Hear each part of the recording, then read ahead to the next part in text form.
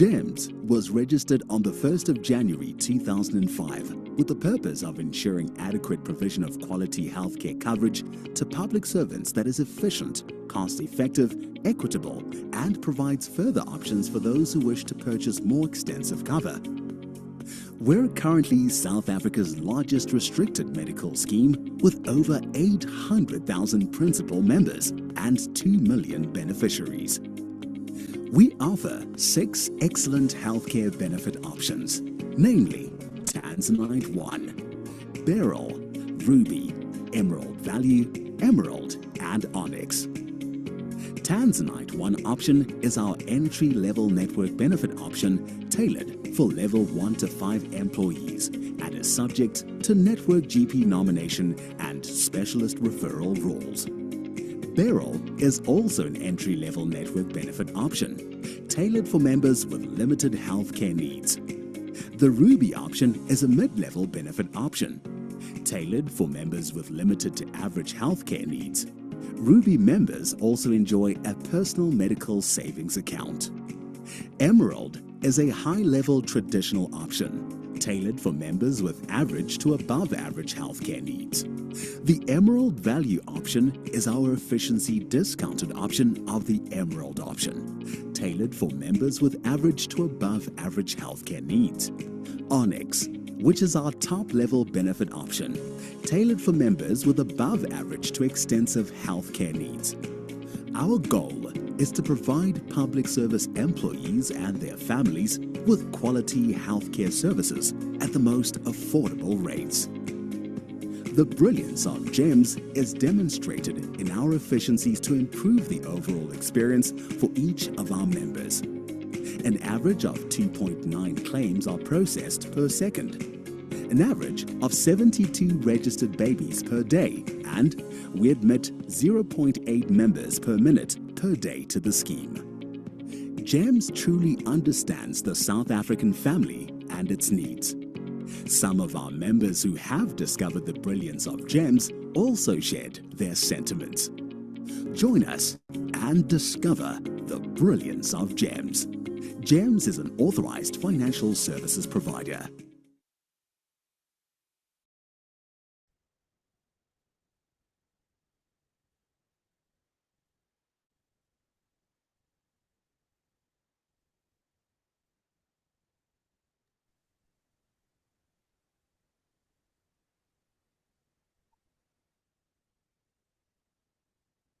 Good morning and welcome all to our first webinar for 2025. My name is Nontobeko Ndlovu. I am the Provider Liaison Office Manager at the scheme, and I will be your facilitator for today. So our session is a short session, and if you can just click on the next slide to show the agenda. We have 2 speakers on our agenda. First, we'll start with our senior manager who will do our opening and welcome. And then we will speak to the managed care process changes, which will be done by Dr. Ziyanda. We will also then have our clinical and billing rules update by Dr. Eugene. And those presentations will be brief because we want to enable everybody time to engage with the scheme. So we will then go into a 55-minute question and answer session before we close at 12. And then just from a housekeeping perspective, we do encourage all questions to come through. And if we can ask that everybody who has questions, can they please put their questions on the chat box, and we can assure you that all questions will be answered. Babala, if you can just click to the next slide, please. All questions will be answered by the end of the day, and we will be saving the recording of the session, and we will be uploading it on our provider app as well. And please feel free to share your thoughts on our social media pages as well. We are available on Facebook, on X, on Instagram, as well as LinkedIn, and all input is welcome. If you can just click on the next slide for me so I can introduce Ramohelo. He is our Senior Manager in the Healthcare Networks and Provider Relations, having joined the scheme in 2019. He is a seasoned healthcare professional who has over 25 years of experience across both public as well as the private health sectors, and has expertise in managed care and medical scheme administration. Over to you, please, Ramohelo. Thank you, Nontobeko. Good morning, colleagues. You are all welcome to this session. I must say that this is the very first practice managers webinar that we are hosting as GEMS. We did a pilot last year in Eastern Cape as well as the Free State, where we received an overwhelming response. And since then, a demand arose that we need to take this nationally. And we are glad to say to everyone in this room, you are part of a history-making session, and we are looking forward to such similar engagements with yourselves. And as you have seen from the clip, the GEMS mandate was provided, and this mandate really guides us in terms of the engagements that we are having to ensure that our members are provided with that affordable, equitable and comprehensive health care, specifically looking at the income brackets that we have, the lower income as well as the middle income earners. So we really pride ourselves with an open door policy. We are being tasked as part of our strategic objective to be an organization that is effective in communicating with its stakeholders. We don't hide behind emails, we don't hide behind call centers. We make ourselves available to anyone who wants to engage with us. So as part of our provider relations strategy, we do engage with provider societies, from GPs to specialist groups, hospital groups, the allies, and anyone who's interested in engaging with us. So we identified a gap from last year that as part of the GEMS Provider Liaison Office function that was rolled out in 2021, that we need to start engaging with our practice managers. So this Provider Liaison Office is currently in 6 provinces. We just completed the rollout in the remaining provinces, Limpopo, Mpumalanga, and Northwest. So from that experience, we picked up, as PLOs go to visit, that the first person that they meet is a practice manager. But we don't have that collective engagement with practice managers for the purpose of knowledge and information sharing. So we are now establishing this formally from this year, from today, that we will have regular engagements with all the practice managers. And we are looking into either splitting it up into to be province specific. But for today, we felt that it will be good to have everyone in one room, considering the current challenges that are being experienced by all our healthcare providers in terms of the services at GEMS, particularly relating to the benefit changes on Tanzanite 1, which I'm sure you will hear a lot about today. And as I said earlier, we want to help, we want to work together, hence this engagement today. And we are really looking forward that we will be engaging with you in robust conversations and discussions. Please feel free to engage us, but let us also remember that we need to remain professional, we need to remain respectful to one another, because I know these conversations can become very, very hot. But as I said earlier, we don't want to hide behind emails. We want to be engaged and we want to be assisted. So these engagements are also an eye-opening exercise for us, because they help us to also do a lot in terms of an introspection, where we need to improve on some of our services, where we need to correct, and also where we need to give guidance to our healthcare providers. So other than this session today, we are also having what we call healthcare provider summits, which are face-to-face events. We do 4 per year. We book a full day with all healthcare providers in a province. The first one will be taking place in Cape Town on the 28th of March. So for those in the Western Cape, Cape Town specifically, we will be there. Most of our colleagues in this room who are part of GEMS will be there in person. It's a CPD accredited event, and we really engage in robust discussions there as well. And then from there, we'll go to Polokwane on the 16th of May, and then we'll conclude the year with Free State and Eastern Cape. So I just want to extend an invite, and when you get an invite from us to attend, please make use of that opportunity, because these sessions get fully taken up quickly. As I'm talking to you now, Western Cape event for the 28th of March was fully booked within 7 days of going live. So we really go like 250 to 300 providers in attendance. And for the past 3 years, we had full capacity everywhere we went. So there's no cost associated with you coming. The scheme takes care of all the costs on the day, and we then have those engagements. So colleagues, with that from my end, I want to appreciate all of you for time that you have taken, and I'm looking forward to the robust discussions for the day today. And then I'll hand over to the facilitator to take us through the proceedings for the day. And thank you very much. Thank you very much for that, Ramohelo. It was appreciated. Colleagues, I am cognizant of your remarks on the chat that there are colleagues that are trying to join, and we are currently at capacity. Just to give assurance, the session is recorded and it will be uploaded on our provider portal. So the colleagues that are not able to join today will be able to have access to the session once we have uploaded in the coming week on our provider portal.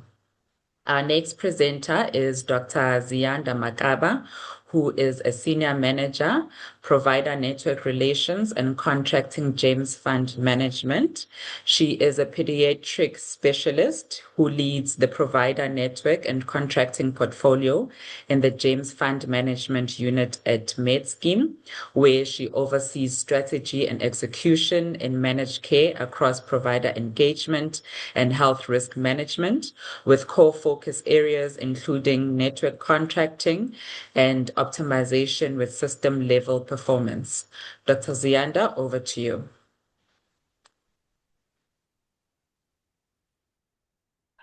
Good morning, everyone. And thank you so much for the warm welcome and the introduction. As you have been told, I am Dr. Ziyanda Makaba, and today I'll be taking you through the managed care processes aligned to the 2026 benefit changes for GEMS. And welcome to all that have joined today. We are happy to see that we are at capacity, so I hope you feel welcome. Just to let you know what we will be covering in this session. So I will do a quick glance at our scheme rule changes, just an overall, and then I'll go into each of the changes and how it affects you as a practice manager in terms of the processes. And then I'll touch on another update that happened before, the year end, which is the allied health processes that was enhanced. And then we'll go through the current, managed care challenges that we have and our way forward in dealing with those. All right, so as I said, we want to look at a glance. If you had to, in a short period of time, say, what is it that we have updated at GEMS for 2026? The first big change is that Tanzanite One, which is one of our GEMS option, is for in-hospital benefits. It is PMB only. Out of hospital remains PMB and non-PMB, but in-hospital is PMB only. The other change with regards to Tanzanite One is that our radiology and pathology as well as acute medicine formularies have been restructured. We'll go through a brief of what that looks like in the next few slides, and that we've updated our family practitioner as well as nurse practitioners consultation benefit limit, which is up to 8 visits. Do not need a pre-authorization, and from the 9th visit onwards, you will need a pre-authorization. And then we use, and then the last thing is about network or non-network hospital use. Attract 15,000 and copay with Tanzanite One. Further to that, for Tanzanite 1 and Beryl, for advanced radiology, there is there's 15,183 sublimit per family per year. And that also means that there'll be one CT scan or MRI or any of the advanced radiology per beneficiary per year. We'll touch upon that as well. Then for Ruby, it's also important to note that Ruby is now a network hospital plan, and will also attract a co-payment if we have voluntary use of a non-network hospital. Then for Beryl, Ruby, Emerald, Emerald Value, and Onyx, if we have non-PMB or elective GIT scopes, they will also attract a 1,000 Rand co-payment. We will touch on all of these in detail as I go along. Right now, I just wanted to summarize what the changes have been in across the options. When it comes to in lieu of hospitalization, there has been an extension of the benefit, and now it includes outpatient intravenous therapy for non-hospital settings. And obviously, this will also still need the pre-authorization process, but it's been extended to include IV medication. For male circumcision, this is covered as out of hospital benefit, unless there's a medical indication for it to be in hospital, and obviously there's a limit also to that. Then for wheelchairs, we've increased the frequency from 24 months to 36 months per beneficiary for wheelchair benefit. Then for all the positive airway pressure devices, which includes CPAP, APAP, BiPAP, and VPAP, there's also, similar to the wheelchair, that there's a benefit of one device every 36 months or every 3 years per beneficiary, and that's also subject to benefit limits. And these last 4 items apply to all the GEMS options, where there is, on the other side, there are option specific as listed there below. So if in a nutshell, someone asked you what are the 2026 benefit changes to GEMS offering, this is what you would say. So let's go now to check how each of those unfold. Right. So the big change of Tanzanite 1 becoming PMB only. So let's go through the pre-authorization for that. So it's important to know when there's a change, what stays the same, right? So what stays the same here, you still need to submit, the pre-authorization when a patient overseas needs an admission, and the best way to do that is electronic or by electronic means.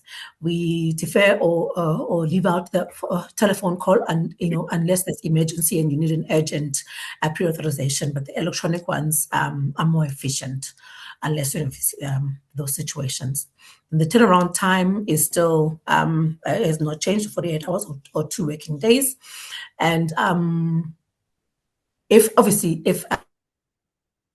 there's no authorization, or if someone did not get authorization within 48 hours, then there will be a late power penalty. That hasn't changed. And one other thing that hasn't changed is whatever outcome for the pre-authorization request, you will still receive communication that will be sent to the member, to the provider, and as well as to the facility. Right. So now that we know what stays the same, let's go into what exactly has changed and how that looks like. So we know that, as I said earlier on, for in-hospital, and I want to be clear about this, for in-hospital, Tanzanite 1 is PMB only, which means it covers the 26 chronic conditions and the 271 diagnostic treatment pairs. And what that means is also that it will be reviewed. So every case of a pre-authorization request for in-hospital with Tanzanite, there will be a review to check if it's a medical admission. And the second thing will be, is this in a network? Because Tanzanite is a network option. Is this in a network hospital? Is it voluntary use or involuntary use? And then obviously check if it's PMB eligible. And then once it is, and it is a medical condition, your default length of stay will be 1 night. And obviously pending updates on the PMB status are verified, and then the necessary level of stay, length of stay will be determined. So surgical admission, similar thing. We check if it's a network hospital, if it's PMB eligible, also the diagnostic treatment payers and the level of care, and then obviously the default length of stay will be adjudicated accordingly depending on the clinical scenario. Importantly, if the diagnosis is not PMB, then the authorization for that will then decline. Would be declined. But that's important that we talk about for private facilities. The member can still have authorization updated for state facilities. Right. So what also has not changed is that obviously the PMB level of care, we still look at the use of network or non-network hospitals within a 50-kilometer radius. So if, for example, there's voluntary use. So there is a hospital in the network available within 50 kilometers, but our member still volunteers to use a non-network hospital, that will then attract a 15,000 Rand copay. But if it's involuntary, so there is no network hospital within 50 kilometers, or if there's an emergency, then there will be no copayment for that, especially if it's a PMB eligible condition.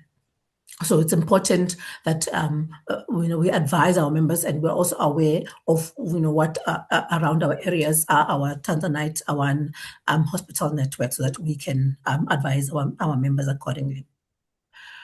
Right now, when it comes to the case management of or adjudication of this case, to determine PMB eligibility. Let's say, you've gotten the 1 day. So what will be very, very important going forward when it comes to Tanzanite 1 is we need to work hand in hand with our providers and our facilities to make sure that we are updating the clinical information to the scheme continuously, because that will determine the PMB eligibility and whether we're continuing with funding that condition, or the patient will then need to be transferred to state, or it will need to make other decisions based on that. So let me carry on to the next one.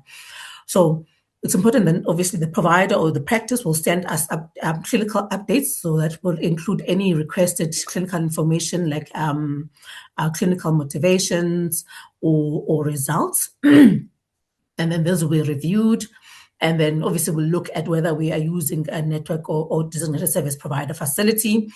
And then the length of stay will only be updated once additional information is received. And this is usually where we have a gap, where people want a length of stay updated, but they're not submitting the updated clinical information. So at any point, if the diagnosis, for example, you're a suspected PMB, but then the diagnosis is a non-PMB, it's very important that the funding will stop once the diagnosis of a non-PMB has been confirmed.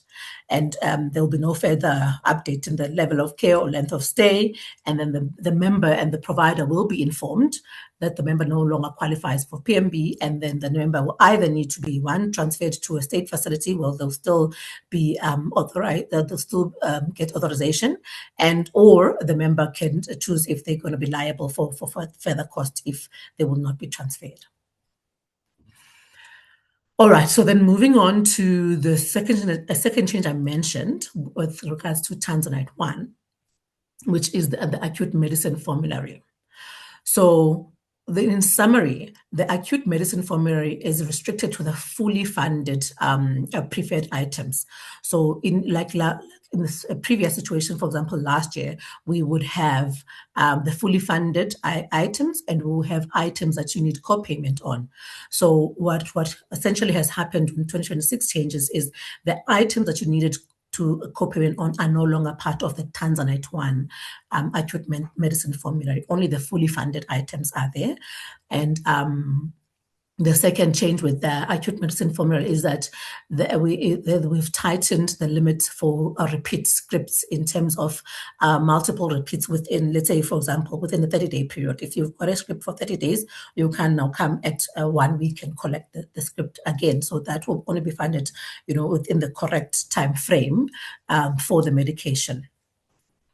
And then, so the higher cost items are being replaced with still what you call functional alternatives that are cost effective, and this is all targeted to strengthen, the availability of formulary and just tighten what we are able to offer our clients that is still cost effective for both the clients and the scheme. It's very important to note that the essential acute items remain covered under the acute benefit. So it's not that we've taken away options. It's just we've taken more cost-effective strategy. All right. So I had also mentioned that there's also a radiology and pathology process update. So for Tanzanite 1 and Beryl, the formulary for pathology and radiology was the same in 2025 on the previous years. And now we've got a separate formulary for Tanzanite 1 and for Beryl. So for the out-of-hospital pathology and radiology, it's been split so that each is its own separate formulary. And sorry, just want to clear that screen. All right. So, and it's important to know that these apply to out-of-hospital options, and they are aligned to the member PMB treatment plan. So those that are PMB will be covered under the PMB basket of fundings. And then those that are not in the PMB level of care will then not be covered. And though there's a new rejection code of 5788 where it will say services not approved on benefit option if we claim outside of what is covered in that radiology or pathology formulary. So what's important here, what I want to leave you with is we need to then know that because there's an update in that, practices and providers need to familiarize themselves with what is covered under Tanzanite 1 and what is not covered, and what is PMB and what is not. So that is very important to keep yourself updated on that, since there has been an update or change. Sorry, my screen is not moving. Okay, there we go. Right. So we were just talking about general pathology and radiology. Now I'm talking about advanced radiology benefits. So starting with Tanzanite 1 in hospital, advanced radiology is PMB related. So they are approved as PMB only when there's PMB eligibility and there's a PMB level of care criteria are met. Otherwise, that will, if none of these conditions are met, if it's not PMB or there's not PMB level of care, that advanced radiology scan will not be approved. Then for both Tanzanite 1 and Beryl, so Tanzanite 1, we're talking now out of hospital because we've already covered in hospital, saying it's PMB linked. So we're talking about Tanzanite 1 out of hospital, then Beryl in and out of hospital. What's important here is to know about whether this is a first scan, or it is, subsequent scan. So if it's a first scan and the member has sufficient benefits available, then that will be approved. And then obviously that will be subject to available limit for that member. If there's insufficient benefit and the scan is a PMB and there's PMB level of care, that will be approved to fund above the available benefit limit because it's a PMB condition. If there's insufficient benefit and the scan is non-PMB and it's not PMB level of care, that request can be declined. And for any scan more than one, then that scan will then need to be adjudicated and decided on according to the underlying condition and clinical need and criteria.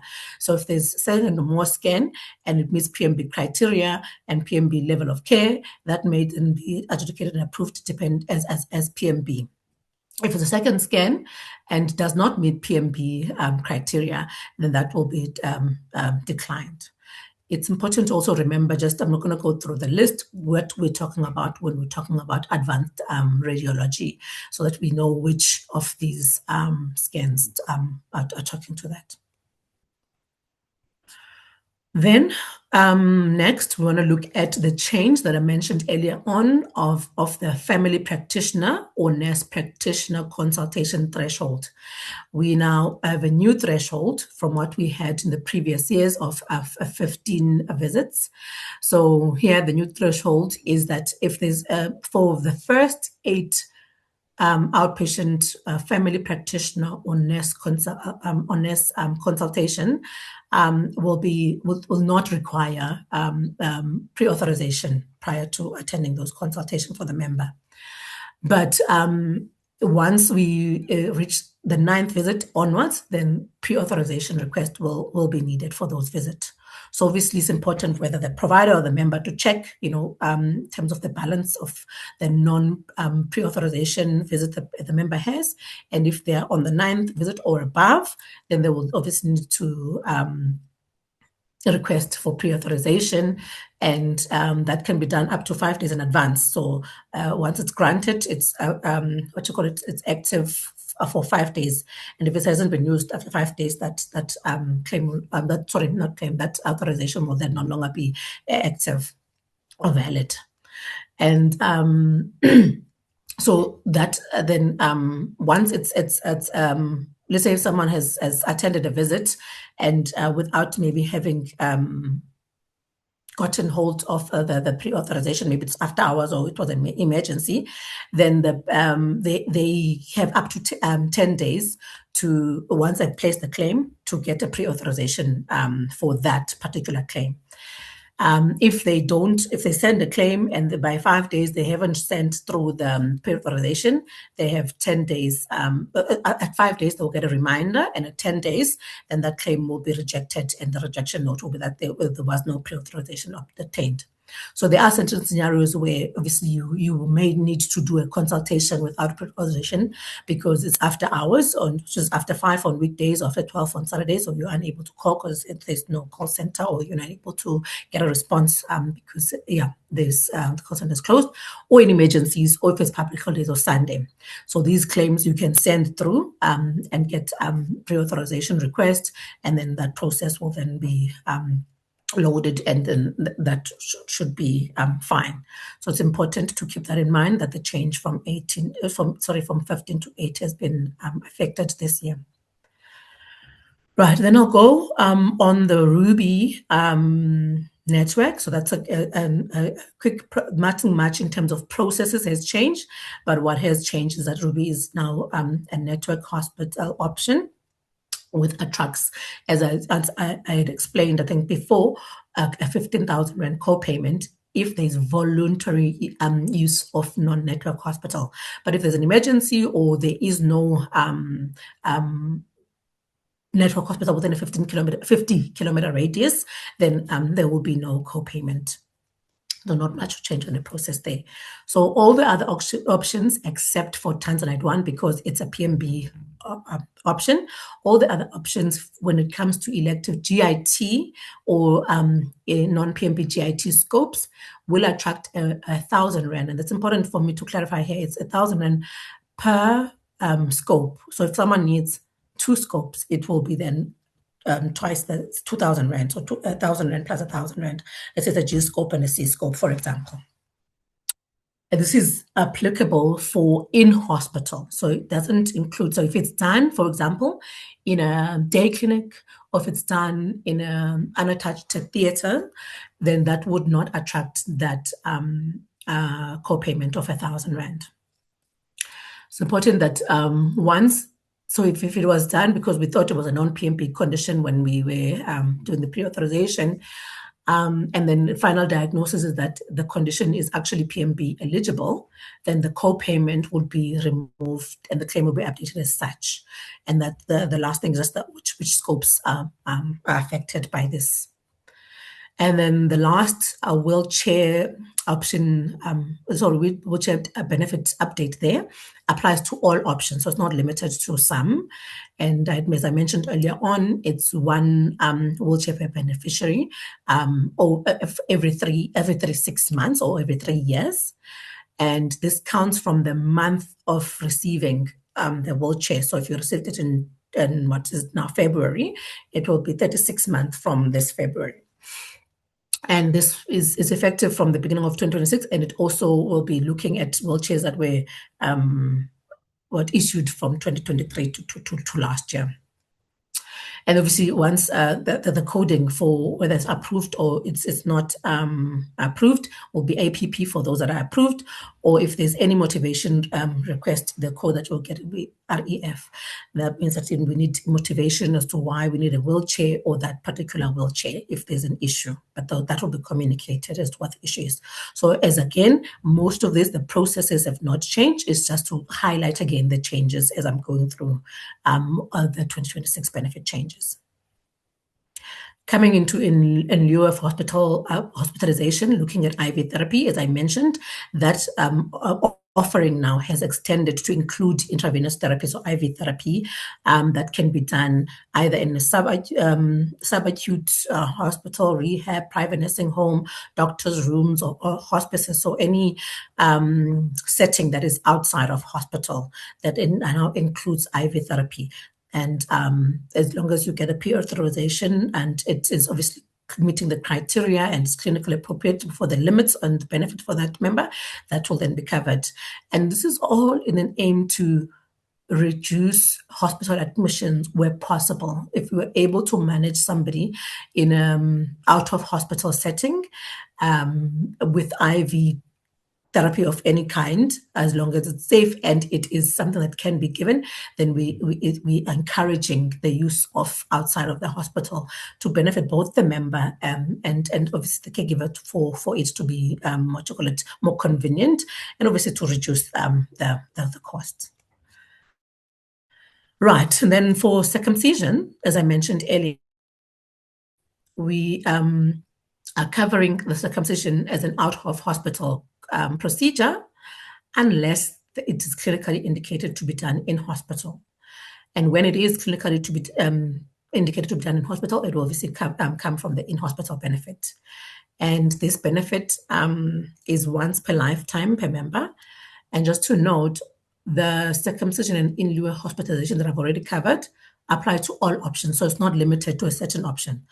What bottom line, I think, was a summary for circumcision is that everyone who needs a circumcision should have it out of hospital unless there's a need to have it in hospital. And then you obviously would motivate, but whatever the reason, maybe it's like, medical reason that will need a person to have a circumcision in hospital, then you obviously will send a motivation and that will then be adjudicated, and then the outcomes will be communicated depending on the clinical reasons provided.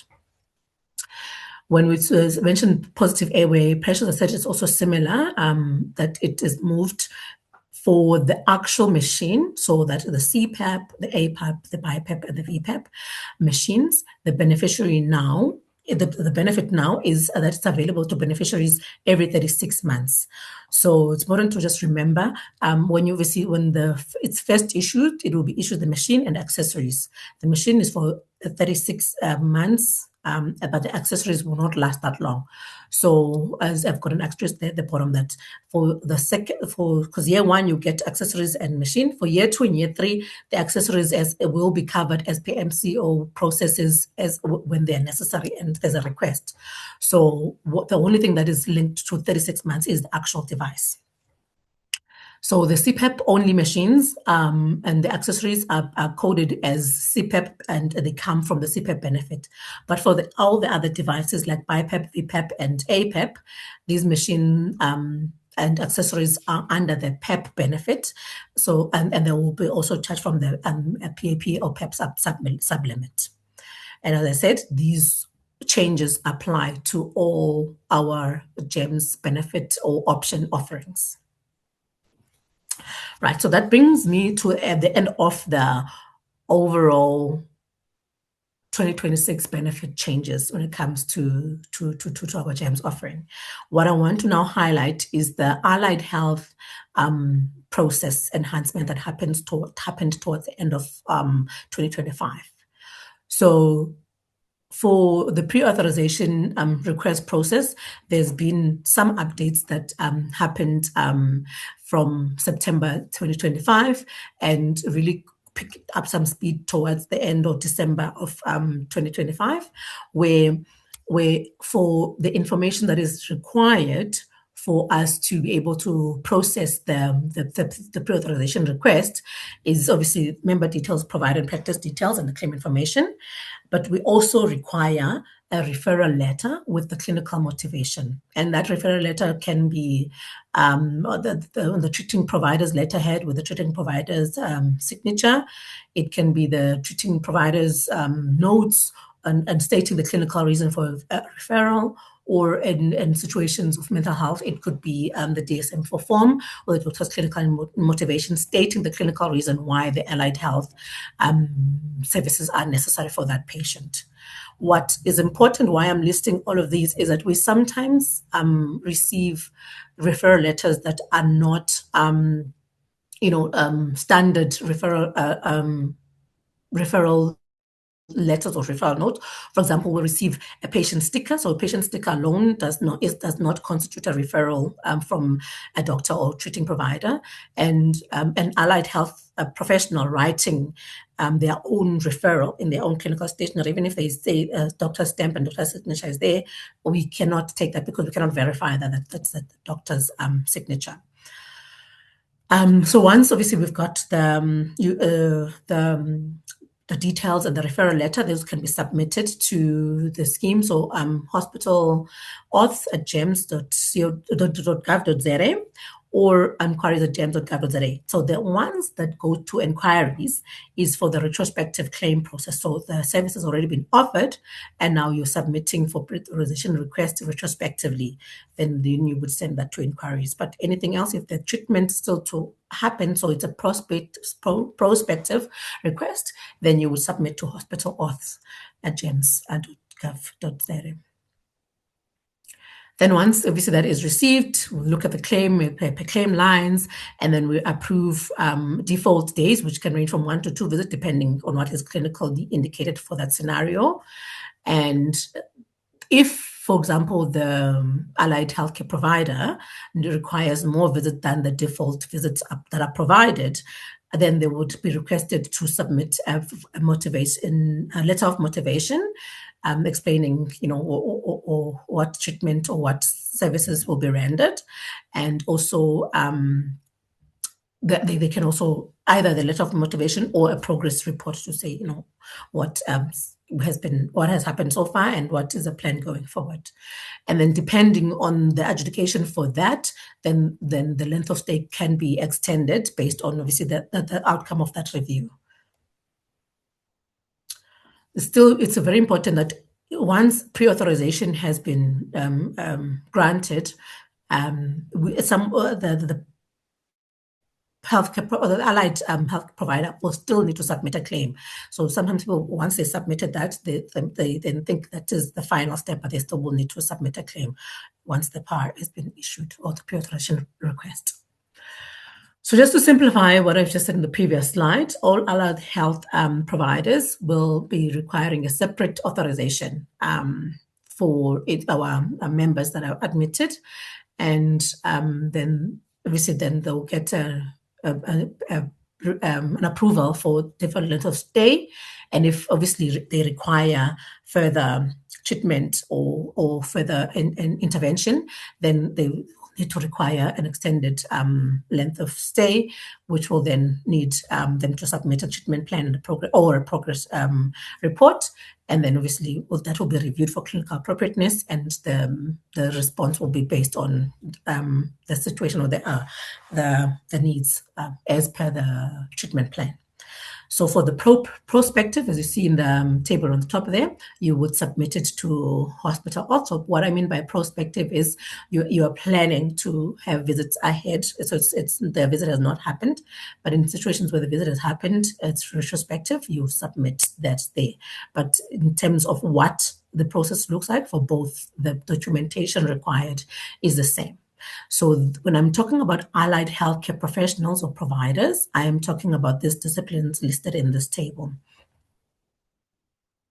Right. All right, so then I'll move to the end of my presentation where I'm talking about, as a managed care organization, what have we been struggling with or dealing with lately. If you've had some contact, maybe you might also be aware. So the biggest challenge is that I think it's due to our updating the benefit changes, and also it's the new year and new benefits. We've had our call center pre-auth, to be specific, our call volume being exceptionally high, and this obviously has interrupted some of the processes, leading to delayed turnaround times and our processing of our auth. And as such, what we do request from our providers and yourselves as our practice managers is, to start streamlining our pre-authorization requests to avoid the actual calling, but rather limited to the electronic submission and escalation via the well-documented escalation pathways, which I'll also share here. And in the meantime, what we can do is utilize UMS for pre-auth requests.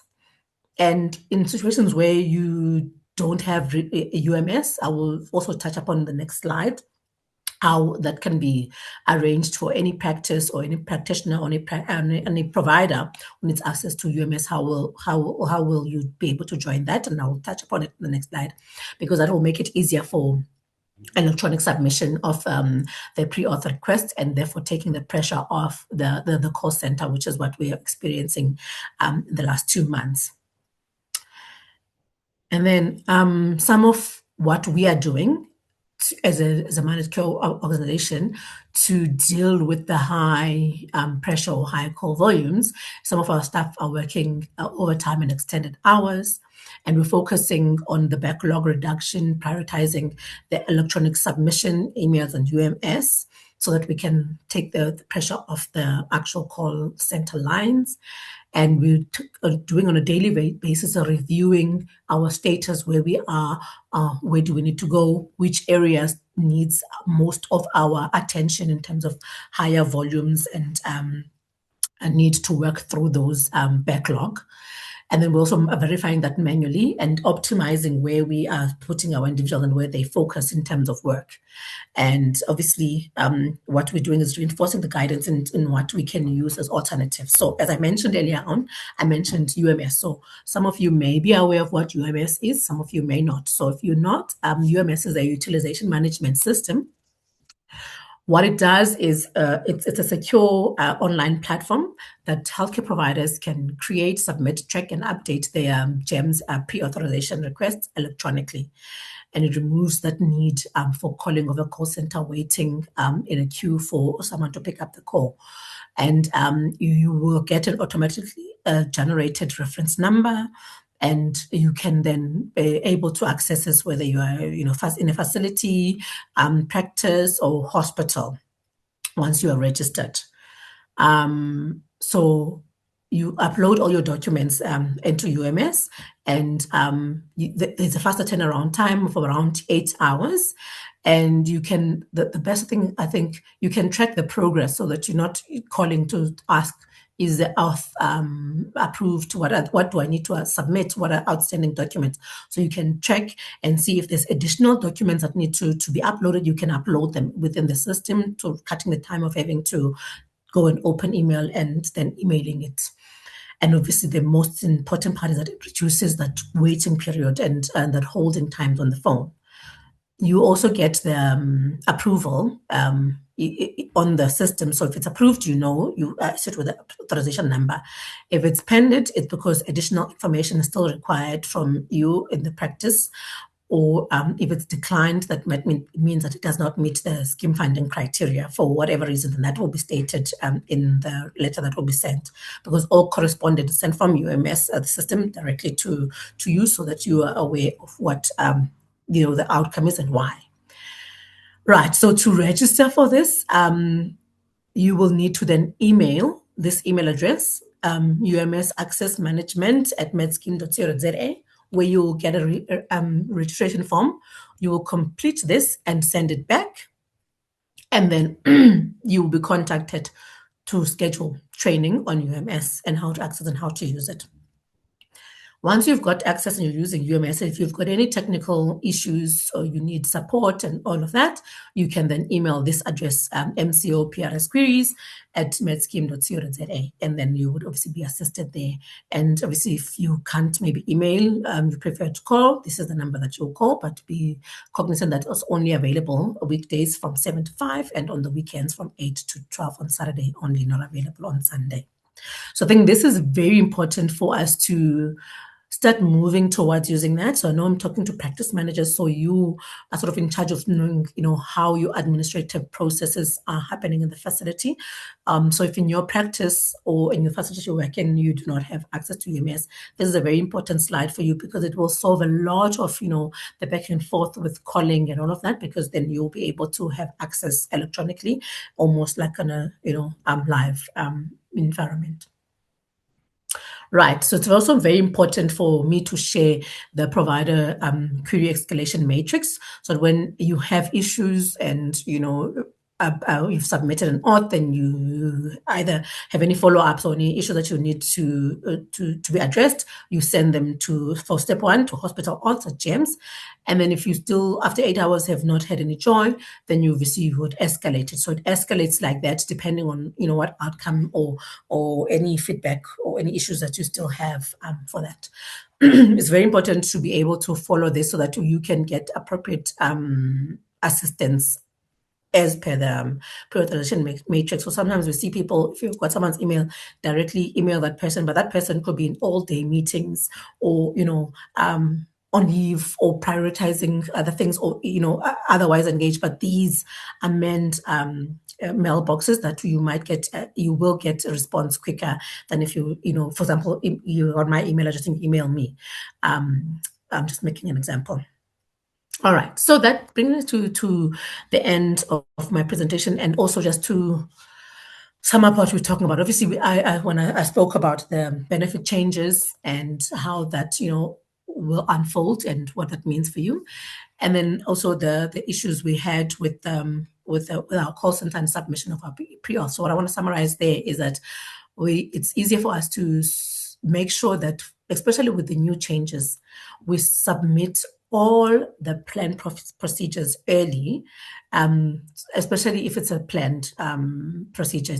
Obviously, emergencies, we don't have planning when it comes to that, in terms of knowing that when we'll need it in 2 days' time or so on. But for those that we know, we must submit early so that we start the process and not leave it for last minute.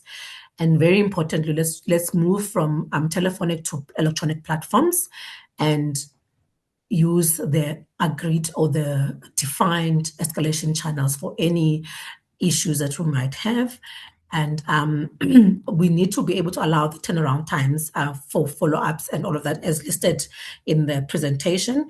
And the one thing that can also help with the call center is, having multiple calls on the same thing. So maybe a provider calls, the member calls, the practice manager calls about the same thing. That is one of the reasons why we have such a backlog in our call center. So using our electronic platform and checking the status is there will be easier, and obviously escalating them through the electronic channels that I also shared will also be more efficient than sitting and blocking or not blocking or inundating the call center with higher call volumes.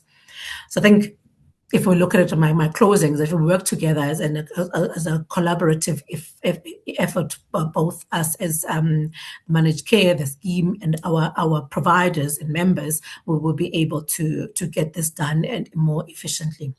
With that, I would like to close and hand back to our chair. Thank you very much.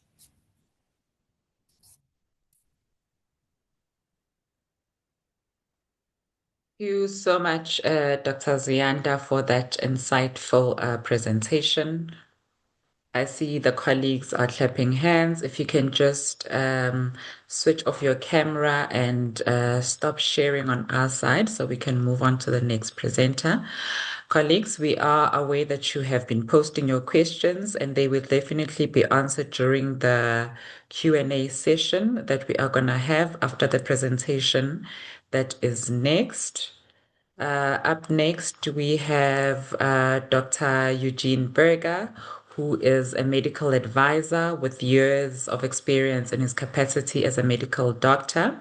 He joined the business as a subject matter expert for the development of clinical and billing rules. Dr. Eugene, if you can take us through, thank you. Thank you, Nontu, and thank you for the kind introduction. I'd also like to echo what Billy said in the beginning. It's wonderful to see so many practice managers on the webinar. I think there's well over 550, if I counted correctly at last count, and that's fantastic to see these vital people that are such a key cog in the whole industry. And this is our first encounter in the 16 years that I've walked the journey with GEMS. This is our first, large-scale encounter with these vital individuals, and I'm so glad that it's being done in long last. Colleagues, I'd like to then discuss some of the industry and clinical billing rules and baskets of care that we as the claims administrator for GEMS deal with. And the intention of my conversation today is more to describe some of the principles rather than to delve into too much technical details. The recording will be shared with individuals afterwards, so I think a lot of it will be shared so we don't have to delve into technicalities, and obviously will be questions that we can answer afterwards. So let me get to it and start discussing some of these concepts. So the mandate of the claims administrator is to pay claims accurately, timeously, and fairly in accordance with scheme rules. We handle enormous volume of claims from every conceivable discipline and place of care. Just to put it into perspective, in 2025, a total of 66.8 billion rands worth of claims have been paid. So that is claims that have run up to the end of February, because obviously those claims run over a bit, but that's basically the full year 2025 claims amounted to 66.8 billion rand for the scheme. Now you can imagine how many claim lines were involved in that. Several times that many, so hundreds of billions of claim lines need to be processed to ensure that those claims are paid. And again, as I say, fairly, timeously, and in accordance with scheme rules. So it's clearly impossible to scrutinize these claim lines individually or on a manual basis, like way back in the old days when paper claims were submitted. It's just impossible. So these claims processes must be automated and adjudicated by means of industry, clinical, and billing rules, which we need to adjust and adapt as time goes by, as medical practice changes, as new procedures, new ways of administrating medicine, new medications, new therapeutics become available. These rules need to be changed and adapted accordingly. Now, one such mechanism to safeguard the scheme against exploitation entails the development of baskets of care. Similar to the Council for Medical Schemes, developing baskets of care to go with PMB conditions. Some of those baskets of care can also be supplemented by looking at a gatekeeping function, by looking at the disciplined participation in hospital events. So what we do is we've developed baskets of care, and we look at the pre-authorization request and type discipline mapping to it, the PTDM, so-called acronym that is used. That allows us to map an authorization for a admission, and this will only be for in-hospital conditions, it's important to note, to a specific discipline type. So for example, if your authorization is for a knee replacement, we don't see the need for an ENT to participate in that event. So an ENT will be excluded and cannot submit a claim on that authorization number. However, there are some conditions and where we will allow for a comorbidity to override the PTDM. So again, if you are admitted for a knee replacement, we would exclude a dietitian from claiming. So the discipline type dietitian would be excluded. But if you are a insulin dependent diabetic, it might become very necessary that a dietitian attend to you and your dietary needs in the hospital and post-operatively, in which case that would then be unlocked and that discipline type will indeed then be allowed. So there is a process by which we map all of these to the DTPs, the diagnostic treatment pairs, through ICD-10 coding. And this has already started from August in 2025. This is the basket of care adjudication process. I'm not going to belabor it too long. As indicated, it will be shared. But as I've said, when a member submits a service claim, the system will check if the MCO pre-authorized it, and if so, if the auth exists, whether that passes the PTDM check. In other words, whether those disciplines are mapped to it. If not, then the claim would be rejected, and the baskets of care will come into place. And the last two here at the bottom indicate what I said earlier, in the event that there will be an overriding function should a discipline have to come into play because of a comorbidity existing.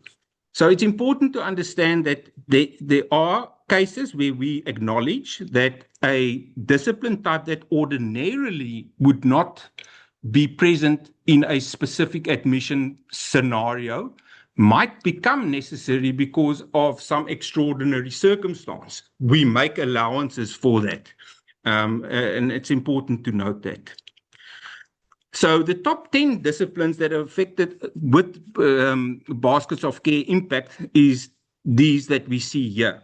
The clinical technologists are first and foremost and ranked number one by quite a considerable margin. It must be noted that these authorizations are updated by providers, and authorizations can be re-adjudicated. And re-adjudication has a material outcome in the payment of claims. So that's important to remember as well. There is an exception management process that can be done through submission of a motivation to inquiries at GEMS, the email address there, with the subject heading discipline not authorized for admission diagnosis. When somebody is of the opinion that the services that they've rendered are relevant to that specific admission or hospital event, that will then go to a medical advisor who will review it and make an allowance to uplift the stoppage of the discipline type and allow the discipline type to partake, upon which the claims then will be settled. Right. Now I want to talk briefly about clinical and billing rules. Now, as you may imagine, given all the different codes and every discipline type having its own set of codes, many of them do not follow the SAMA codes, and many disciplines, for example, radiology has its own set of codes. And we know that other disciplines also advanced their own billing codes. So the combinations of billing codes and tariff codes that exist are legion. To describe the rules that exist for each and every one of them is, of course, impossible to do and beyond the scope of this conversation. I'd rather like to just discuss some of the principles of how clinical and billing rules work, for clarity for your good selves to understand how we go about and how we apply our minds to constructing these rules in what we believe to be a meaningful manner, to be fair and transparent. So when we look at a tariff combination billing rule and how the adjudication process will work for that, is an example that I can use here. And please forgive the fact that it might not be relevant to your practice or your area of expertise. This is just an example. There's many examples for each discipline type. Tariff code 1349, 1349 is for bypass surgery. okay, for aortic bypass surgery, but includes the interpretation of an angiogram. Therefore, if you add, and in that same claim, also claim code 1312, which is evaluation of an angiogram, that would mean that you are unbundling the code. The equivalent would be to say, I'm selling you a piece of cake and I'm charging you for the icing on the side. You're unbundling the two, and that is inappropriate and not allowed. Unbundling is against CMS rules and is clearly not allowed. It's against scheme rules as well. But now the dilemma is, what actually happened? As we receive now both claim lines, which claim line to pay? Do we pay the 1349 or the 1312? So what we have to do now is to put the claim on hold, meaning we must first do further clinical validation. A clinical auditor will then review both tariff codes and all the relevant clinical information and adjudicate and make a decision as to which of the two tariff codes to release for reimbursement and which to reject. So back-to-back rules are loaded. The 1312 may not be charged with 1349. So that caters for the claiming order of the tariff codes, because one tariff code can be submitted before the other. A before B or B before A, which sometimes can also cause confusion. Because of this review, not all claims going on hold for clinical review will result in a rejection.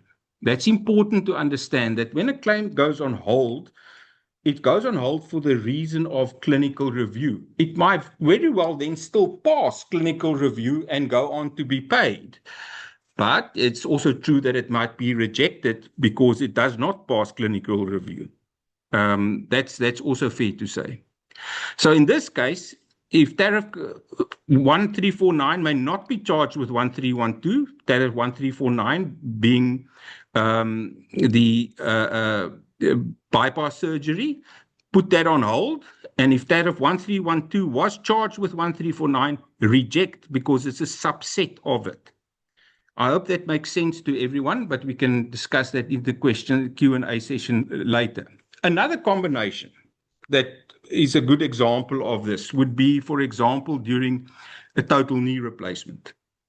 So within a total knee replacement, and perhaps I'm just going to skip to the next slide quickly to just describe that. When you take a total knee replacement, here's an image of a knee that's quite severely osteoarthritic, and you can see that the knee is severely damaged. The knee surfaces need to be replaced. So it's replaced, and the sketch on the right shows that the knee has now been replaced. Clearly, you don't debride the knee and then cut off the surface of the knee to replace it with a femoral component of the prosthesis. So a total knee replacement may not be charged with a debridement of the large joint. A surgeon will certainly not debride a joint and then cut the joint out to replace the joint. It's either or. So you've either done a debridement of the joint or you've done a total knee replacement. So this is an on-hold rule again, exactly similar to the one that we've said before. So back-to-back rules are again loaded, which one was done. And often then we'll see it was a total knee replacement that was done because there might be an associated claim for the prosthesis itself that comes from the hospital and so forth and so forth. In which case then the code 0614, the arthroplasty debridement of the large joint, will be rejected because it's a subset of a total knee replacement. You don't do both procedures. And that's quite clear, I think, to understand. So I hope that makes sense to everyone. And again, we'll take questions later. Another combination could be, and I'm not going to belabor this again, this is in connection with conjunctival repairing and grafting, pterygiums, and so forth. I don't think this needs to be discussed any further just because we've got time limits. We will continue to engage with stakeholders such as yourselves on implementation of further changes. We engage with societies and associations. We also engage with societies to check on billing and clinical and billing rules. We also liaise with the scheme and with the board as well, with the CMS rather, excuse me, to check whether the rules that we advise are valid and should be implemented. So future recommendations and proposals may be made for consideration and review. Thank you very much, and thank you for your time.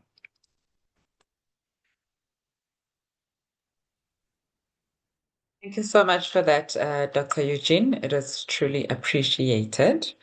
Colleagues, we will now move over to our question and answer session. I do see that there are some questions that have been answered already in writing, about 46 of them. However, we will now hand over to Ms. Chloe Klong, who is a manager, provider liaison office. She is a strategic manager who leads impactful partnerships across KwaZulu-Natal, Eastern Cape, as well as Mpumalanga, where she focuses on aligning providers with organizational priorities, as well as supporting operational excellence. Chloe, over to you. Thank you, Nonto, and welcome to everyone who's joined us today, and thank you to our panelists as well. So it looks like we have a lot of questions come through. We will try to segment them by our main themes, and thank you for all of you for engaging in the chat with all of us. As we mentioned, some of our questions have been answered, but we would like to then go into the questions that are really burning for our practice manager as well as our healthcare providers. The first question we have received is if patients, that has jumped, I've lost that, but I'll go to the other one. A provider would like to clarify as to how they can confirm the consultation available to the members. So we have limited sessions available or consults or visits available for members, and they would like to clarify as to how they can access the limit available for members. And I'll hand over that question to MCO, Dr. Ziyanda and team.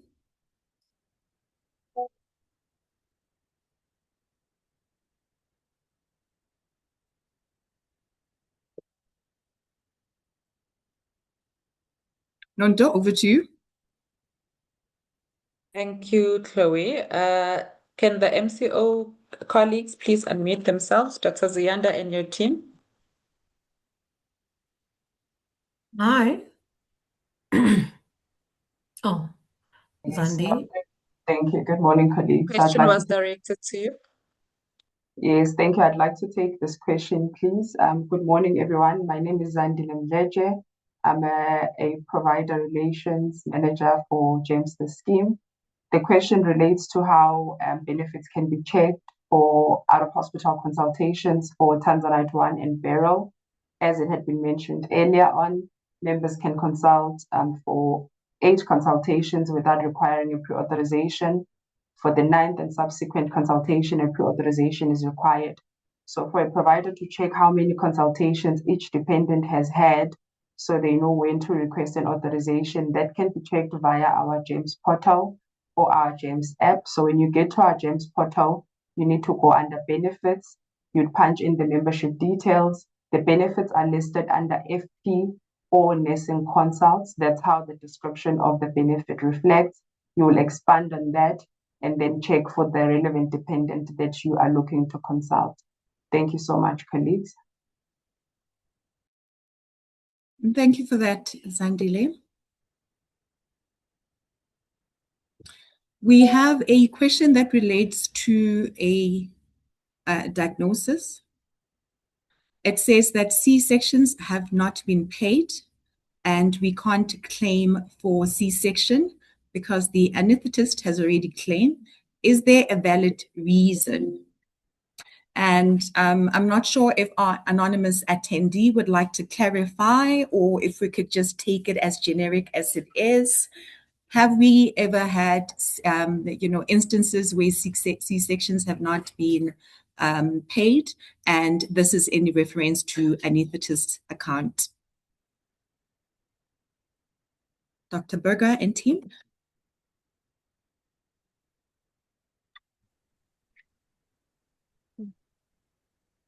I am sorry, difficulty unmuting. Happy to take that question. To the best of my knowledge, no. If a anesthetist claims for a C-section and it's a valid claim, there shouldn't be any problems in settling that claim if it's legitimately claimed. I wonder if specific examples can be given, and we can look into that. Happy with that. To our anonymous attendee, if you do have a specific membership where your accounts have not been paid, we do have an email address for today's sessions only. Please use email address summits@gems.gov.za.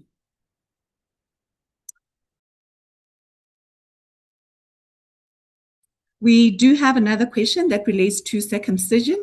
And Dr. Ziyanda and team, this one would be for you. It says, does authorization for circumcision, is it needed for all options? If you can just clarify.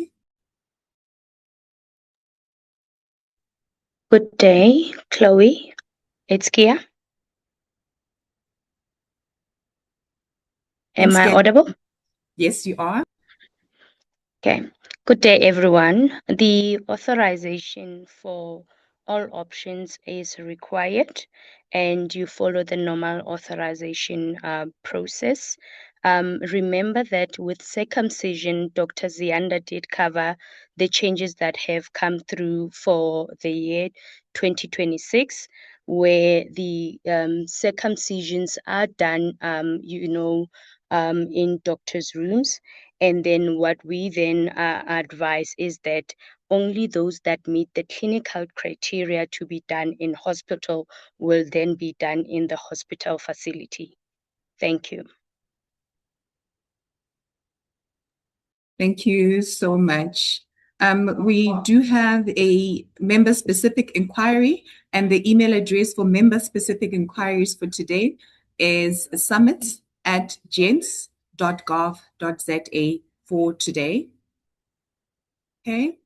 And should you have any specific member examples that you would like for us to review in future, you would need to send those directly to your PLO in for your specific regions.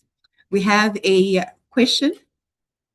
Okay, so it says here, Dr. Berger, that the system rejects code automatically, not based on SAMA. Then we provide SAMA and our clinical motivation. However, this takes long to resolve. And I suppose this then is for the MCO as well as team. Gia and team, would you be able to assist with this? If it pertains to what you're able to answer in regards to the letter of motivations for SAMA-related motivations and procedures?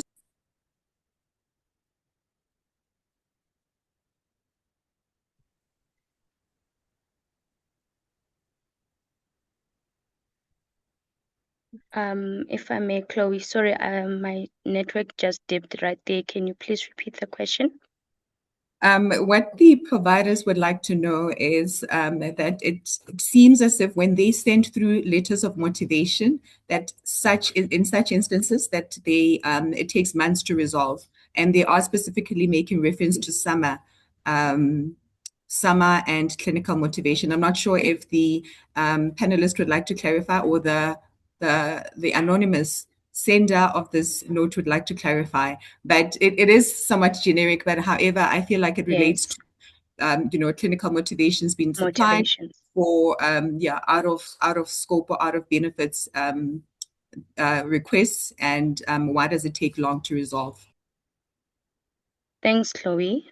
With regards to clinical motivations that are referred, Generally, they should have a specific turnaround time for us to resolve.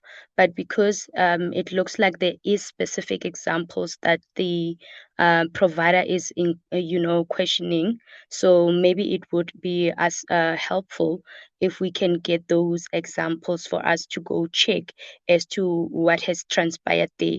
But it shouldn't be, taking that long for us to get back to providers when there are clinical motivation, unless where there's additional information requested, then obviously we would wait for those additional information.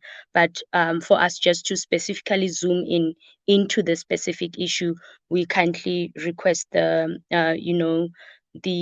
provider to send the examples to the email that you've been advising on, and I'm sure we can collaborate with your team to be able to advise further.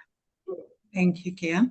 We have another question that's specific for Tanzanite as well as Beryl members. So in instances where they have not selected or nominated their family practitioner, how many per beneficiary, if any, of this is their co-payment? Sorry, I'm not able to make this one out, but if you can just maybe clarify the member entitlement once they have nominated a family practitioner on their side for Beryl and Tanzanite. And I think anyone from MSO can assist with just this process so listeners can be able to understand as well as relay this information back to their members. Hi, Chloe. It's Kia again. I think maybe we should start with the basic. When you go into membership and have an option selection of Tanzanite 1, it is a requirement for you to have a nominated provider, right? This is also for Emerald Value option.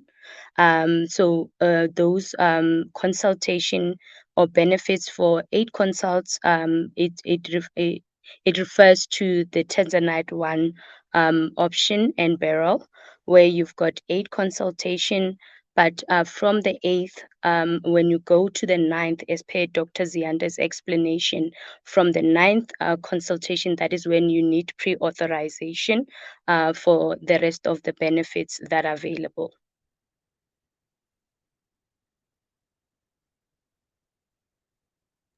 Hope that clarifies. Thanks, Chloe. If I can just add to that, I think they also wanted to know if they have a non-nominated network. Was that also there, Chloe? Yes. Okay. So for non-nominated or non-network provider, the beneficiary is up to 3 consultations with a non-nominated provider. And I think subsequent to that, if it exceeds the 3 consultation, there will be a 30% co-payment. So I think that's important to explain to members as well. I hope that's clear. Thank you. Thank you so much, Doc. Another question relates to patients diagnosed with renal failure and require an insertion of a dialysis cath. What the practice would like to know is how do they facilitate treatment for these patients or these type of patients?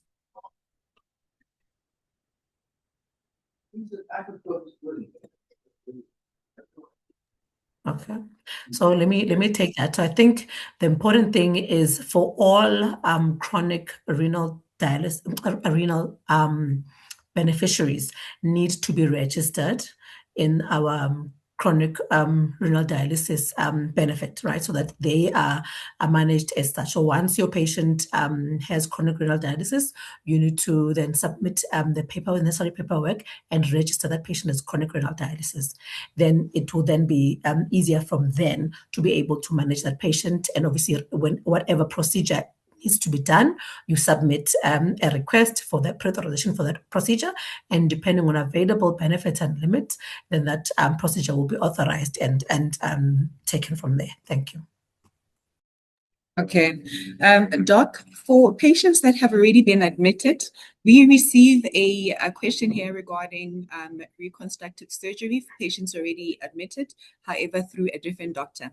So if a new doctor takes over the treatment, the practice is finding it difficult to update the CPT codes, and they don't seem to get, their way around having their accounts reconciled correctly. Is there any advice that we can offer to practices with such issues, similar issues?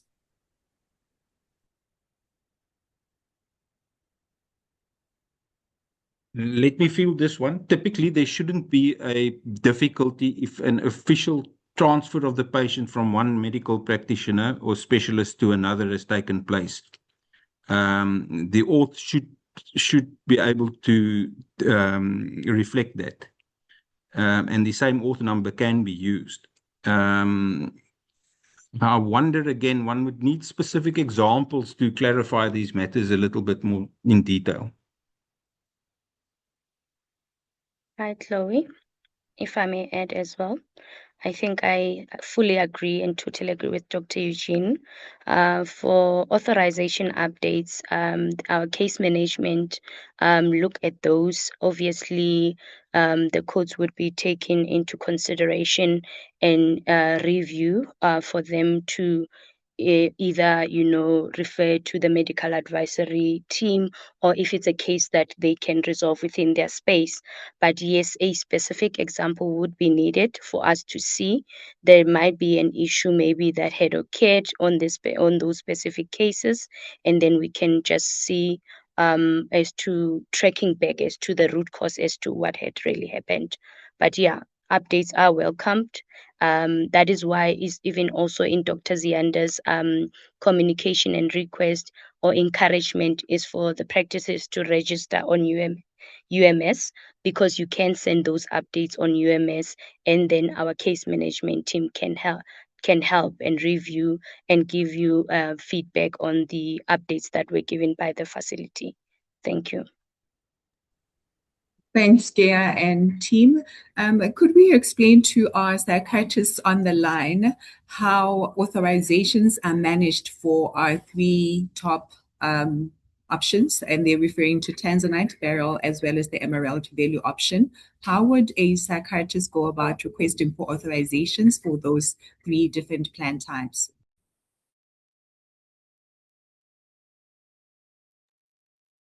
Hi, Chloe. If I may, with regards to authorization, remember it's not option based, but it's all if you a member or a provider request for an auth, there is a authorization process to be followed. As per Dr. Zianda's request, we are now, trying to lessen the workload in the call center by asking the providers to, utilizing the UMS system to ask for pre-authorization, and this is it's standard for all options. We don't discriminate, and as and when we need for additional information for authorization, we do alert the provider and the member by corresponding to indicate that it's either it's approved, declined, or it has been pended due to it requiring more information. So all authorizations are process follows the normal process. There's no authorization specific for a specific option, but also we need to consider that different options with the scheme have certain limits that are applicable to them. I don't know if my colleague Itu would like to add on that. Thanks, Gea. Sorry, Chloe. Good morning, everyone. Apologies. So yes, I think it's also dependent on whether we're talking about in or out of hospital. So I think a lot of the questions that we are getting are very vague. So we need an understanding of whether we are talking about an in-hospital setting or an out-of-hospital. Because if we are just asking or talking about authorization, it could have been related to, like, for example, your chronic program, or it could have been related to in-hospital admission. But there is information available on the actual website on how they can register. And for authorization, I think Dr. Zianda did touch on the different ways in which they can request an auth. Thanks. Okay, thank you so much. Dr. Berger, I'm hoping you can assist with these questions. So most of our providers claim for PMB rates and feel that they should have an entitlement to be reimbursed for tariff code 0011. However, this is hardly ever the case. Can we explain to our attendees as to why this is the reason, especially where they are in an emergency PMB situation? Tariff code 0011. Correct. Yeah. Difficult to explain why that would occur. Unless they're claiming above 300% of scheme rate. Again, is it discipline specific? It's not discipline specific, and we've had some clarity here that it pays at 100%. Yet we do not pay for 0011. Yeah, Chantel, perhaps you can help me here. Happy to help. Thanks, Eugene. Good day, colleagues. I am Chantal from Metropolitan Health, and we are responsible for claims administration on behalf of GEMS. Just in respect of the tariff code 0011, that is billed as an emergency code. There have been some rule changes, and the rules that have been implemented indicate that we do fund for that code if it is billed within the first 24 hours of the patient being admitted, and the authorization is indicative of that authorization being an emergency. If it is billed outside of that period, we do require additional clinical information or letter of motivation from the provider that's reviewed by the medical advisor, and based on the clinical information required, if it is deemed clinically appropriate, then the code is funded. In the absence of the additional information, we generally would reject or fund at the scheme rate. Thank you. Chantal. Thank you. That's a very thorough explanation. Thank you. Thank you, Chantal. We have a question here from an ophthalmologist practice. They want to confirm the process of glaucoma surgery. If anyone can assist with this, it often feels as if the accounts are never acknowledged. However, authorizations are often approved, but they are having an issue with reconciling accounts for glaucoma surgery.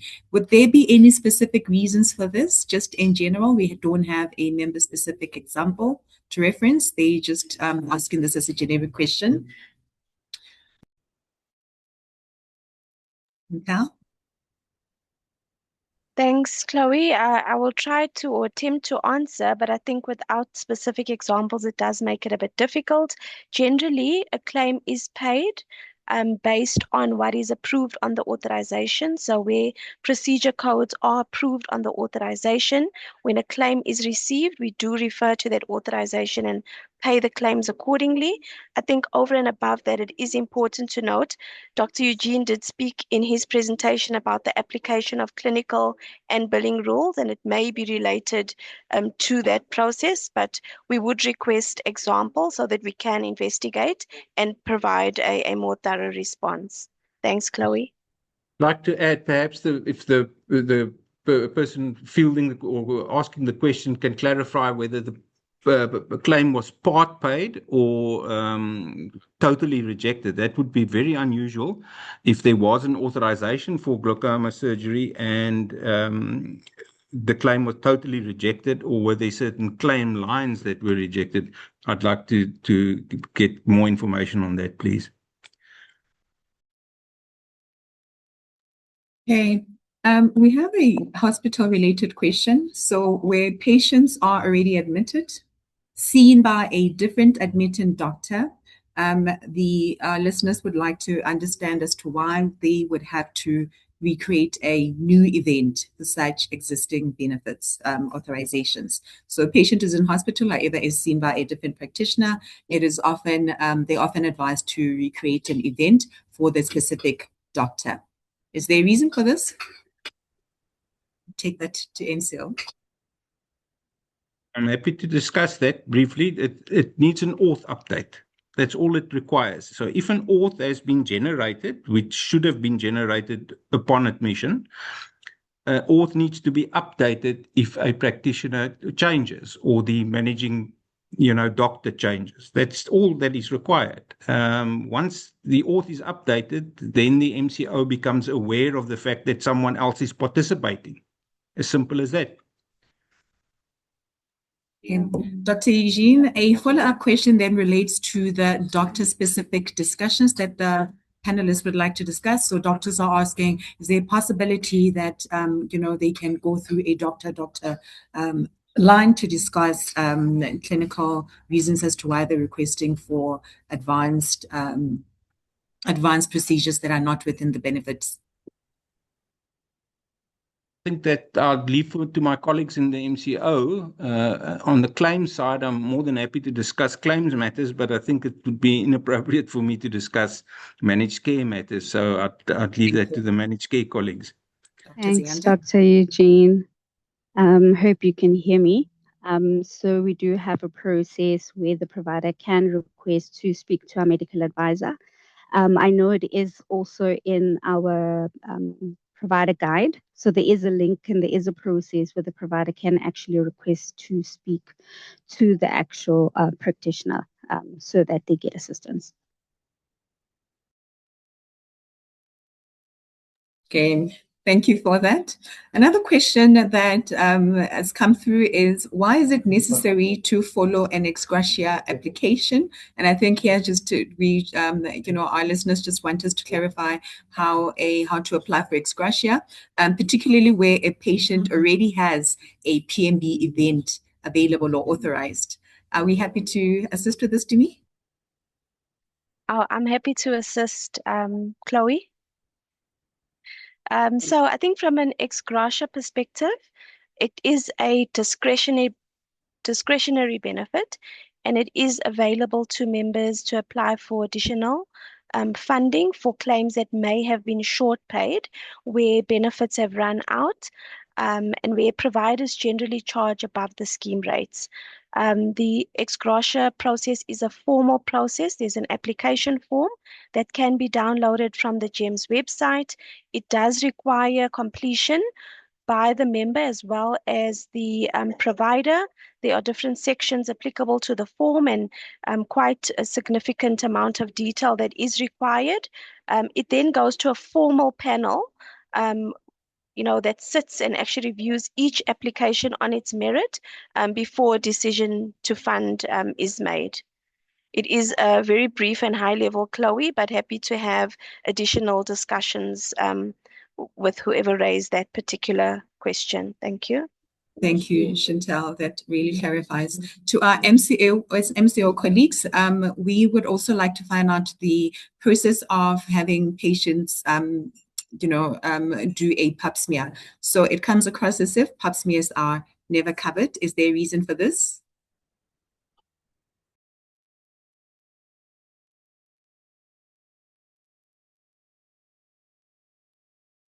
Can you hear me now, Chloe?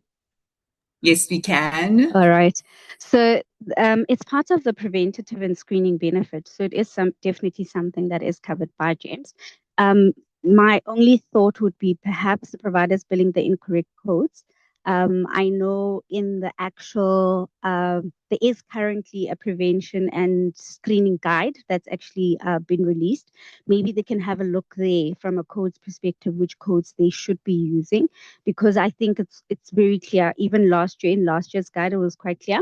The provider would be given information which codes they actually should be billing for.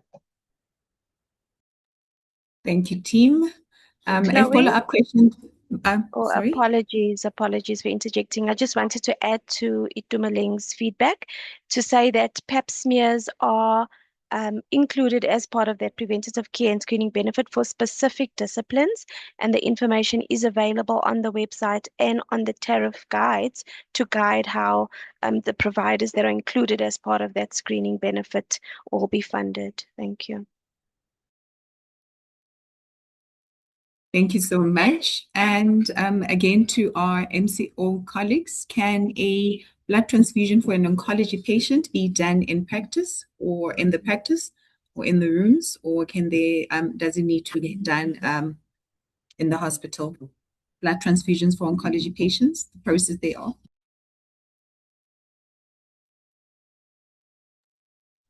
Thanks, Chloe. So we currently do have a process that we've submitted to the scheme for review. So the actual codes, yes, it can be done in the rooms. However, the different codes, I think that's the part. So it's probably one of those where I say we'd have to see what codes the provider is billing, because I think that's where the problem is. Obviously, it would save us money if it's something that's done in the rooms, but it's dependent on the codes. And we have submitted a proposal currently with certain codes that are generally used within other schemes. We are waiting for an answer for those ones. But maybe the provider can share more information so we can give a holistic answer. Thank you so much, Itu. Just a follow-up question here in regards to in-room procedures. Our providers would like to know how to go about requesting for such authorization, and they would like to specifically, have us clarify the process of getting authorizations for benign lesions of the skin.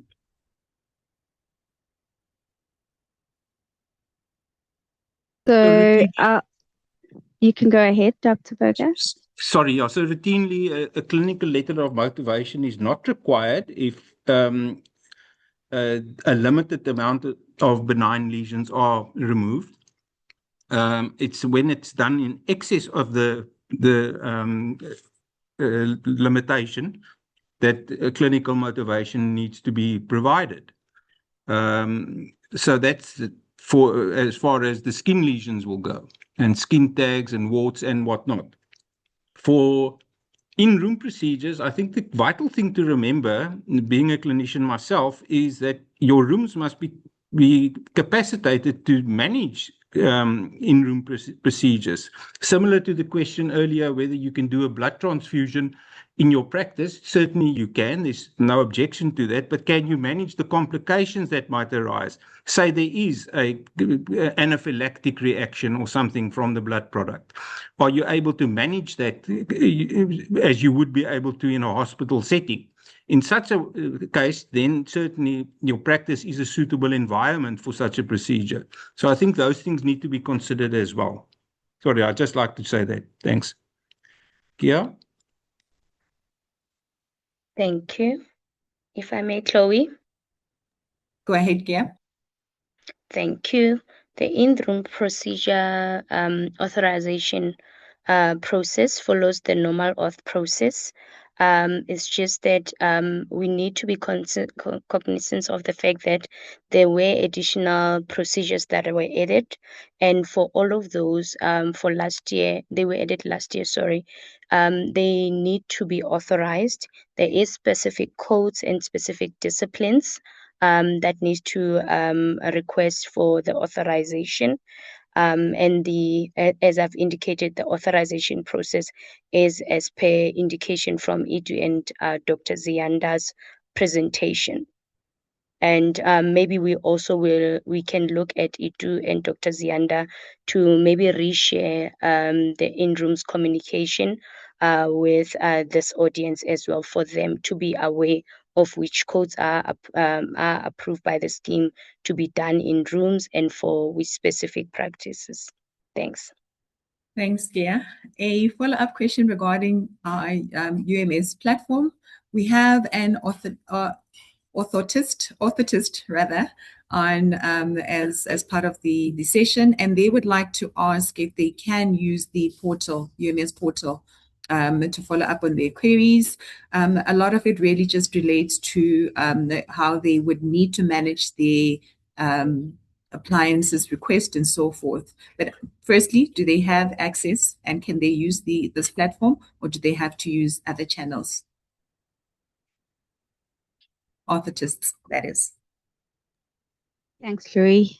So UMS is generally used for in-hospital admissions and I would almost say internal prosthesis. So for your orthotists, because it's more external, they would not be able to utilize UMS.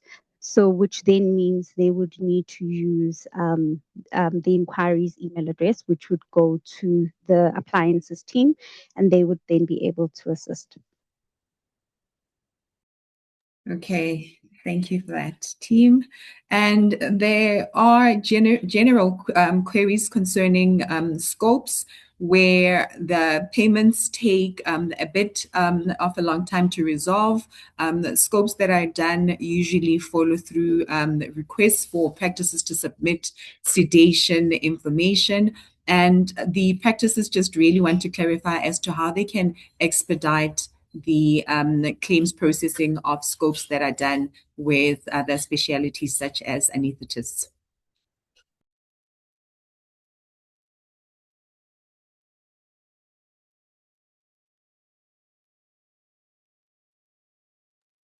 Thanks, Chloe. I think maybe just from an auth perspective, if it is something that's being done, for example, in the rooms, I actually don't think the issue is probably at auth level. It's most likely at claims level because our different auth types would be able to tell us if it's being done in the rooms or in hospital.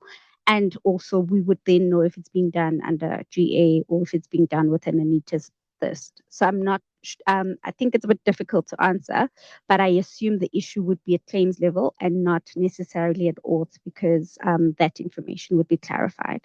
Thanks. Thank you, Itu. Itu, while we have you on the line, just some clarity regarding how to request for specialist authorizations for our two plans, Tanzanite as well as a Beryl option. Thanks, Chloe. Sorry, I'm struggling with my camera now. So they would actually email I think it's the network's email address. So I'd get the exact email address. I think you just put me on the spot. There is an email address that they can request. I know also we currently have an option where we are implementing the IVR option. So the providers would be able to get an authorization just using the IVR, and it would then give them the authorization. So currently the options that are available would be for them to email, to call, and the IVR option would then be also implemented shortly, which is a self-service. Okay. We also have a follow-up question regarding the UMS functionality, or rather the GEMS portal. So providers would like to know if they are able to register for members on the care plan for their PMB conditions. Can they use UMS function or the portal to register a member for a PMB condition? Can they go via the platform?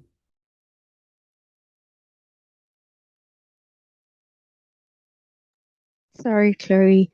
So no, they can't utilize the UMS portal to register members for their DNPs. So there is an email address where the provider is able to share, I think it's your chronic DSP email. So that one would actually be appropriate for your care plans as well as for your chronic medication.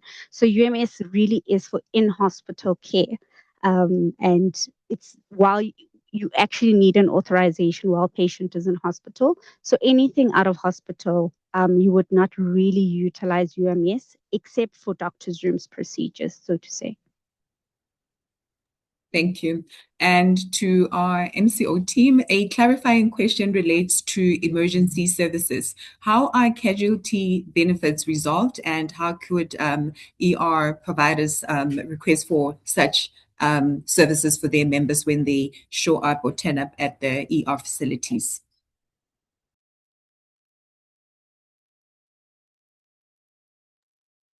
So there is benefits available for your ER admissions.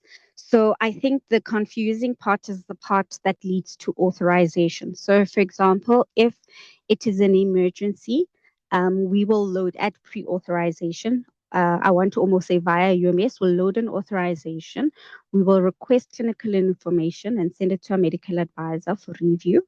That's if it's an emergency. If the patient is admitted, it's almost easy because we will load that casualty authorization.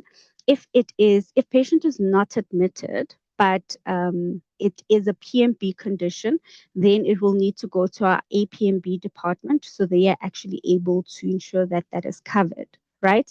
And then the last bit is if a patient is not admitted, it's not an emergency, and it's not a PMB, in those instances, from an out-of-hospital perspective, that's something that would then be funded. There is benefits available.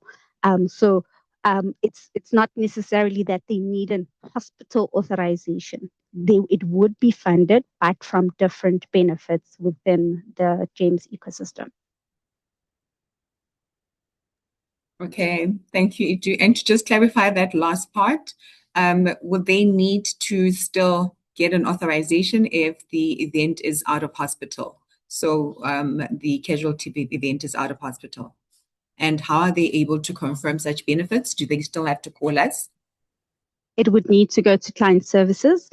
So in that instance, I think they would just submit the claim. Or Chantal would correct me if I'm wrong. They would submit the claim, and that would then be handled as out of hospital. Thanks, Itu. I will now take our final question in the chat, and we do realize that we have additional questions that have been received. These will all be covered on our FAQ guide, which will be shared to all our attendees in a week or so. The final question then goes back to our MCO panelists. So for members that have done procedures in hospital, but rather at state, or have been pushed to state as a DSP, but certain procedures such as cataract and lens procedures are not available at the recommended state facility. How do we reconcile those accounts? A provider on the call states that their accounts have not been authorized, and they do have feel that they were within reason because the member was referred to a facility, a state facility that did not offer cataract as well as lens procedures. How do we assist providers in this regard? Thanks, Chloe. I'll give my colleague Itu a break. Chloe, I think that one, we need specification just to look at the merits of the case and obviously take into consideration the issues that the provider is raising as well. And thereafter, we will be able to give them comprehensive feedback in regards to how would that scenario be handled. Thanks, Gia. And I'd like to encourage our providers and practices as well as the healthcare professionals. If you have a member-specific inquiry or query that we would like for us to manage that you've sent through in the past, and you either feel that is a benefit design that is impacting your practice or the member or a claims-related query, we have an email address that we would like for you to share those specific examples to. The email address is summit@gens.gov.za. For today's sessions only, please email your member queries or related queries to summit@gens.gov.za, and we will assist accordingly. I would now like to hand over to our host, Nontobeko, and thank you so much for all the questions that came through the chat, and we will endeavor to have these answered by the end of next week. Thank you so much. Nonto, over to you. Thank you so much in that regard, Chloe, and thank you to all our participants. I did note that there were about 5 hands from our attendees, maybe because we just have about 7 minutes. If you can briefly go through those 7 hands that are up. Sorry, the 5 hands that are up, and then wrap up the Q&A session, if you don't mind, please, Chloe.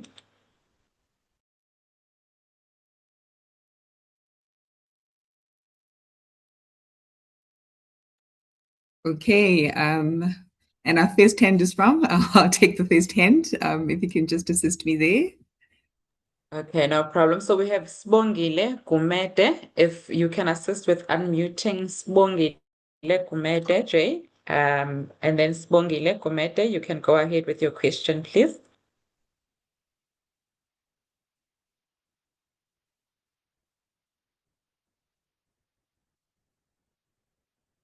Sibongile Kumete, you are unmuted and your hand is up. Please go ahead with your question.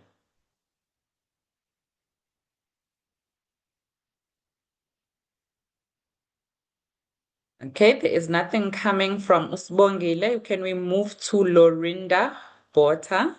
There is a hand up from Lorinda Bota. If Lorinda can be unmuted, please. Good day. Lorinda? Can you hear me? Yes, we can hear you. Okay. I've got a few questions. Most of them were answered. I would just like to find out, it's a bit unrelated to what we have discussed, but particularly the REPI queries that we have. The call center agents don't know what a REPI is, even if we do explain it to them. Where can we communicate or query anything REPI related? If we do phone MedScheme, we are diverted back to GEMS. So how should we, what is the process to follow if there's anything for REPI related queries?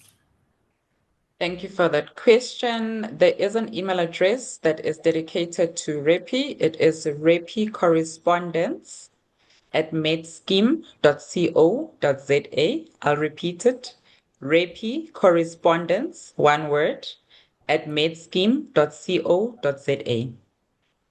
Thank you.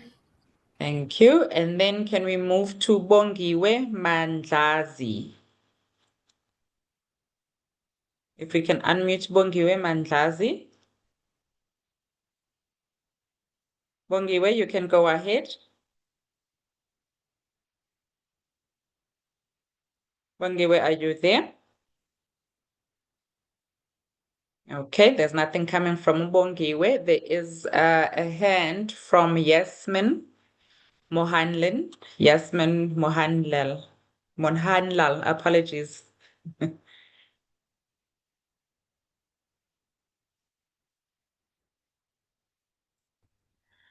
Sorry, that was an old hand I put up. There's nothing from me at the moment.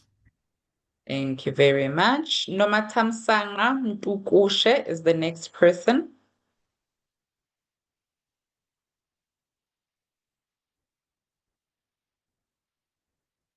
Hi, I have two questions that I wrote on the Q&A and I did not get answers. First one is, we have a claim line rejected with the reason says MOD discrimination clinically inappropriate. When we inquired, sorry? There are people that are unmuted. Jay, if you can please mute Brian, Nzigi, and Sipho. Nomatamsanga, please go ahead. When we inquired, we were told the tariff combination is not permitted. That's the reason why the claim was rejected. But we were also advised that the clinical and billing rooms cannot be shared.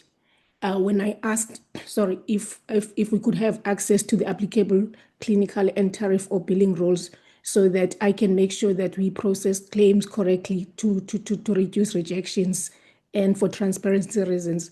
So I just want to find out, is there a way to have, for providers to have access to the clinical or billing rules so that at least we can go through them and know beforehand what is permitted or not, instead of being told that we need to refer to SAMA. I think I was told I must refer to SAMA guidelines. Okay, and your second question? Second question is regarding Tanzanite 1. So let me just quickly. So Tanzanite 1, it's said that Tanzanite 1 members can only be hospital admission will only be authorized for PMB diagnosis. We received communication that pregnancy-related or vaginal deliveries and C-sections will no longer be covered for Tanzanite 1 patients after 30 April 2026. So this is confusing because, in my understanding, both pregnancy-related or the C-section and pregnancy-related management is a PMB condition. So I'm not sure what that means. That we should now refer patients to public hospital from the 1st of May. Thank you for your questions. I see Gia already has a camera on, so I will allow her to answer the question about the in-hospital, and then we'll then hand over to our MH colleagues to answer about the billing rules question. Thank you, Gia. Thanks, Nonto. I think it is correct regarding the admission for Tanzanite for non-PMB cases. They are to be referred to state, yes, but I think the provider is confusing a concession that the scheme has agreed to. When we were aware last year that the benefits are changing, obviously for the maternity cases that were already requested in the previous year, that is the exception of until April. So the scheme realized that there are members already that have requested for those auths. That is why we're saying for those ones, we are making an exception to give them until next year, this year, sorry, April, that they can still go through with those authorization, but the changes for 2026 still stand. So if you make any request now, then that concession doesn't apply. I think that, I hope that makes it clear to the provider. So I'm my happy Sorry, can I just quickly add on? So my question is, maternity care is typically included under PMB regulations when clinically appropriate. So why would now GEMS says from 30 April, new auth will not be issued or given for maternity care, even though it's a PMB condition? Okay.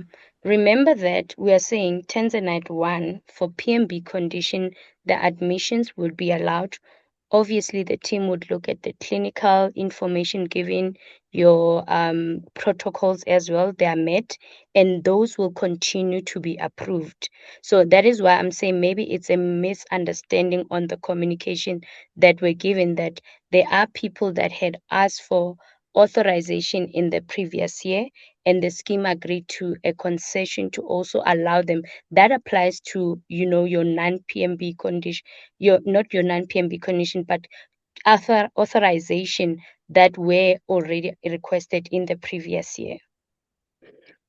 Okay, so a new auth can still be issued for maternity care as long as the process is followed properly. Okay, thank you so much. Thank you, colleagues. Can I then hand over to our MH colleagues to answer the question on the billing rules? Yes, I'd like to just address the matter of whether the billing rules and clinical and billing rules can be shared. No, they can't. They're the property of the claims administrator and or GEMS and the intellectual property of said organizations. But we can justify those specific queries where tariff combinations have been excluded or disallowed upon request, and justify why we make that decision. They're usually very clear why they are disallowed. So we advise that the provider, contact us for explanation. Often the explanation is given in the reject code itself, but in some cases it's not. Chantal, I don't know if you want to add anything to that. Thank you, Dr. Eugene. Particular to this question, perhaps we can get the examples and we can see what was actually submitted and what response was given. Generally, when an escalation is received relating to coding combinations, we do often engage with our medical advisor, who will also assist us with positioning, the reason for the rejections, but also there is opportunity if the provider does deem it clinically appropriate and they would like to motivate, that opportunity exists, and those are also reviewed by the medical advisor. So if the examples can be shared with us, then we can also investigate and advise accordingly. Thank you. Thank you for that, Chantal. And just as a reminder, any requests for examples in this session, can those examples please be sent to the email address summits@gems.gov.za. And just as a reminder, that email is only being attended to today and only for the purposes of this webinar, and will not be attended to outside of today and this webinar. Colleagues, I know that we had set our session up to be at 12. If I can just request more time and concession to go until 12:30, because we realized that we did focus on the questions that were on the chat and we did not allow the hands that came up to ask questions, if that is allowable. I see Bongiwe Matlanzi, your hand is still up. We're going to attempt to unmute you again and see if we are able to hear you this time around. If we can unmute Sbongile. Sorry, she has put the hand down, I see. Okay, Sbongile Kumete is the one that is up. If we can unmute Sbongile Kumete.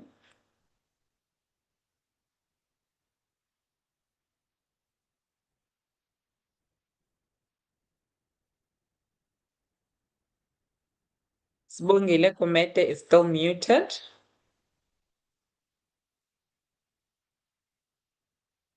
Okay, let us move then to Sipho Gule Davidson. If we can move to Sipho Gule Davidson and we can unmute and ask your question. Hi, good afternoon. Thank you so much for the session. Can you hear me clearly? We can hear you clearly, Sipho. Go ahead. Okay, fantastic. Just from a GP practice sort of view, multi-branch practice, there are quite a lot of rejections we are getting for non-nomination, and we can't see that from our switching agent. Are there ways to see who the patient is nominated? I know on the GEMS portal that is possible, but if we call the call center, would the call center agent then say, no, the patient hasn't nominated you because that comes with the co-payment? Is there a way around that in any way? Is there a way to get multiple logins to a portal for our multi-branches or not? So, Sipho, yes, outside of the portal, the call center is also able to check if the provider is nominated or not. In terms of the login for the practitioner portal, it's just the one login that is currently unavailable. We don't have a multi login at present.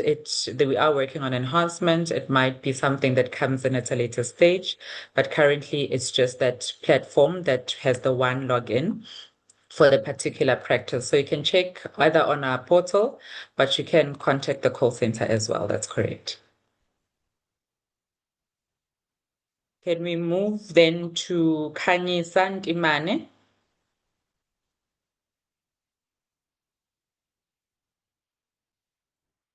Khanyisa Ntimane, can you unmute and ask your question?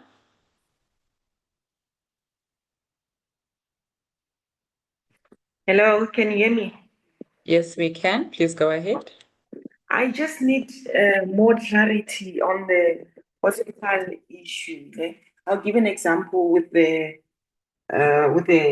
challenge that we've encountered. So there was a patient that was admitted. Patient is on Tanzanite 1. Patient was admitted in hospital, and then the admitting doctor referred the patient to us, a specialist doctor that is supposed to see the patient. However, we were not able to claim for the patient, but the hospital did update our details as the doctor that is also seeing the patient in hospital. When I called the medical aid, I was advised that I should send the referral letter for the doctor that is the admitting doctor. And then they should be able to accumulate another authorization since the patient is on Tanzanite 1. I have also sent all those things, but up to so far, there is no response. So I actually wanted to find out what is the procedure that needs to be followed if there's a patient that is admitted and then the admitting doctor assigns the patient to a psychiatrist. How do we then go about it for patients that are using beryl and Tanzanite? Thank you. Thank you for that question. Can the MCO colleagues assist?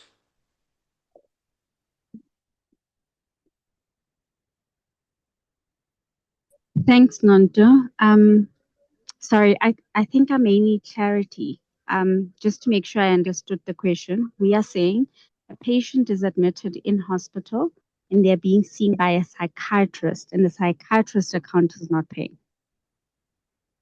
Yes, patient was admitted in hospital. at Netcare, for example, and then the patient will also assigned to a psychiatrist so that a psychiatrist can see the patient in hospital. All right.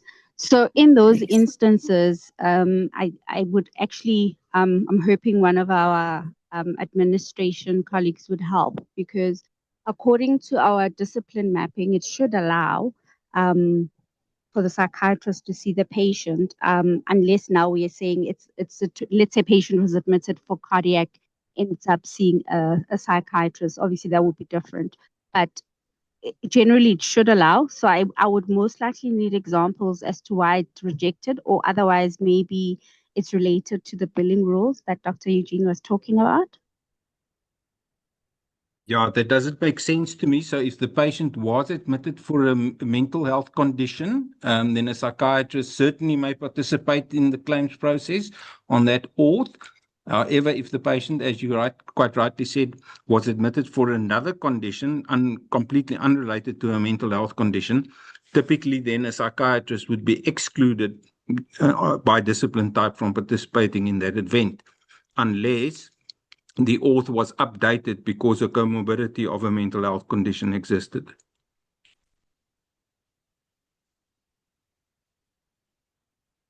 Thank you for that, colleagues. I think, Khanyisa, if you do have specific examples, please then send it to that summit@james.gov.za email address that we have shared if you want it explored further. Can I then move, colleagues, to Joyce Madlala? Please unmute yourself and ask your question.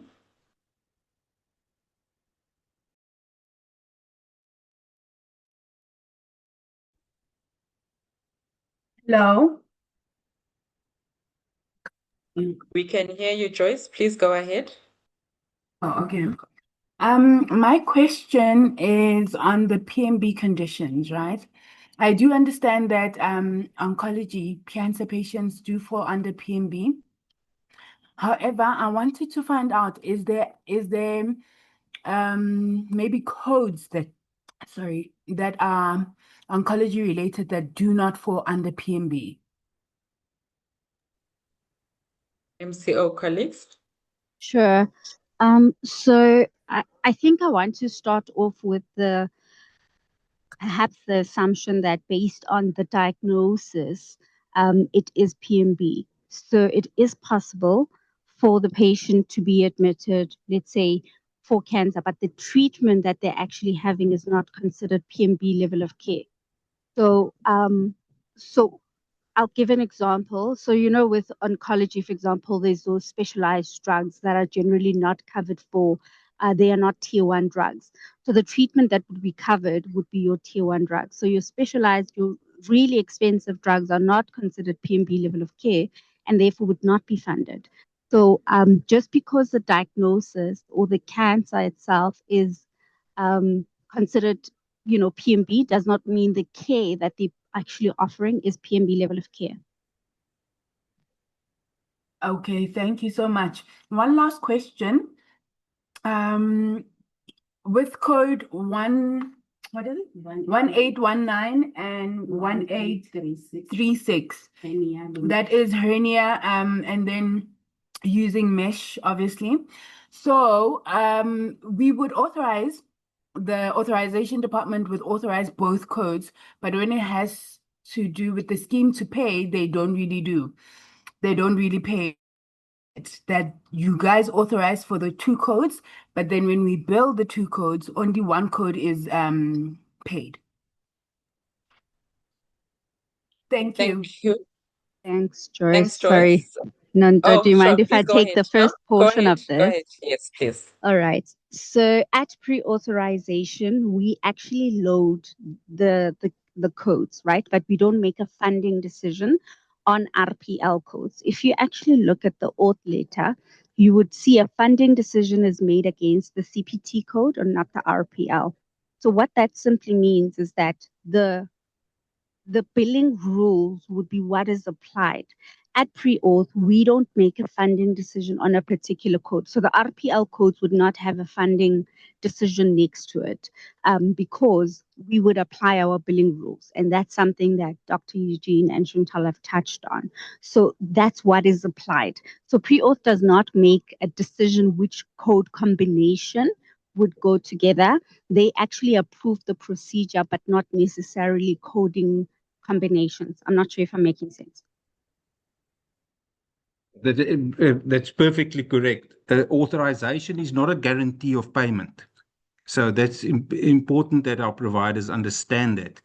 We need the authorization approves a admission or a process to take place for an event, and that the member indeed qualifies and has benefits that they qualify for that event. However, clinical and billing rules still need to be applied to the claim that arises from that event. So the two are quite distinct things. We often get that inquiry that something was authorized and then it doesn't get paid for, in the mistaken belief that an authorization is a guarantee of payment. It's not the same thing. Thank you for that. Can we then have Nziki Yapi?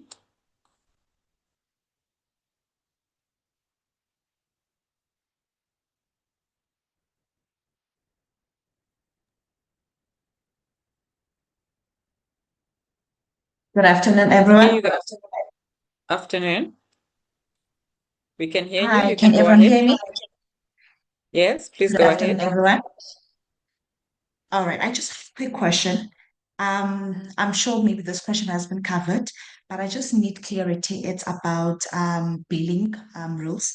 So as an emergency unit for billing, we bill for the first consultation, which tariff code is that 0191, and we also bill for the unscheduled visit, which is the 0146. And most of the times, these codes, one of the code, which is the 0146, get rejected, as we have heard that we are not supposed to combine the codes. And we were told that we need to find the times to use the unscheduled visit, but we have not got the times. And I was just finding out if maybe there's a specific time to use the codes, because sometimes we have to bill the unscheduled visit. As we are an emergency unit, most of the visits are not scheduled. And now we just need a clarity on how to bill this code. And the other question is with the IV therapy.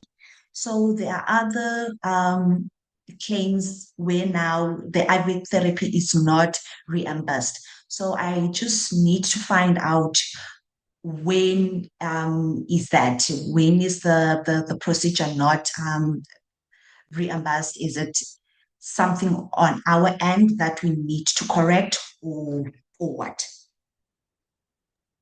Thank you so much. Thank you, Nziki. If I can allow the MH colleagues to answer the question on the codes, and then our MCO question can answer on the IV therapy question.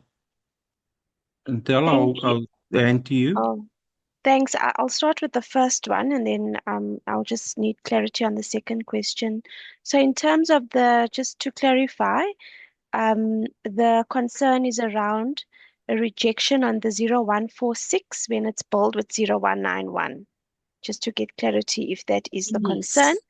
Thank you. Yes. So when we look at the description of the 0191, it is for a consultation, and this is consultation in the out-of-hospital setting, right? And we know that this is billed in emergency rooms, but it says consultation of new or established patient, and it goes on to explain, duration, complexity, etc.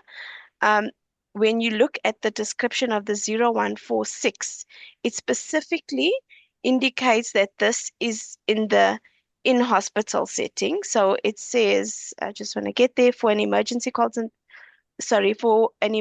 consultation visit at the medical doctor's rooms. Now, this is not in the rooms if it is in the casualty setting.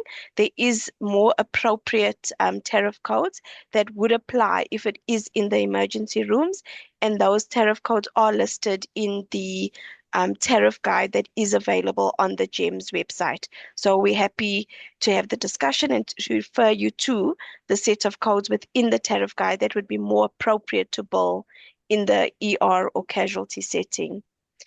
Then the second question, I just also want to clarify that you are indicating that IV therapy is not being reimbursed in the ER setting.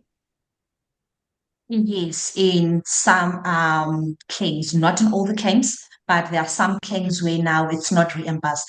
And one thing that I forgot as well, it's nebulization. In that one, we never get reimbursed for that one. It will say that it will only, it says it applies in doctor's rooms, whereas we are a GP. I think we just need to establish what codes are being provided, and then we can guide you accordingly. Okay. So if you'd like to also submit examples, we're happy to look at those for you as well. Okay. The code that we use for nebulization is 1136. 1136. All right. Yes, that's the Chair, I code we may use not for have the all the answers right now, but I am going to request that as part of the responses to the questions, then we can attend to the nebulization as well.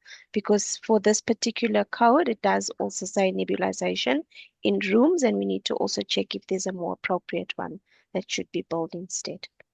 Thanks. Thank you, Chantal. We'll do so. I trust you are covered, Nziki. We can then move to Nigel Smart. If you can unmute.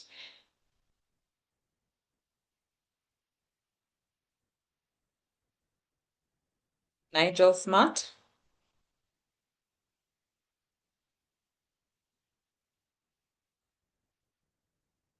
Okay, let's move on to Fazana Khan. Hi.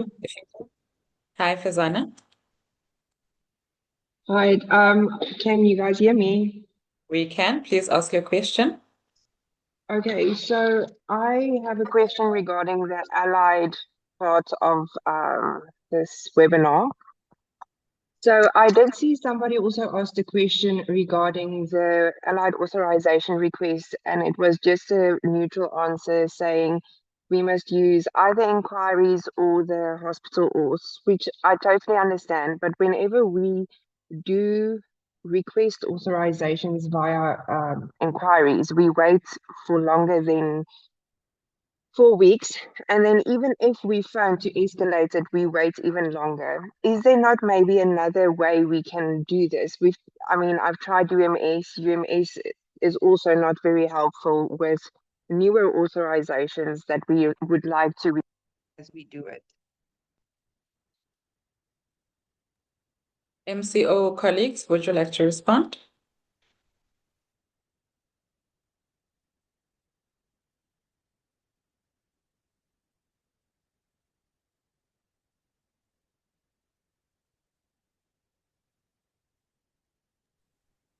MCO colleagues? Are you able to respond to the question on the authorization and the alternatives for UMS?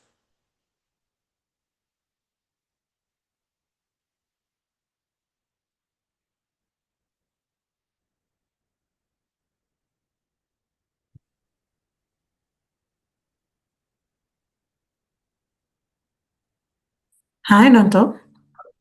Hi, Dr. Zianda. Sorry about the delayed response on my end. Just wanted to check with the provider issue with the authorization process.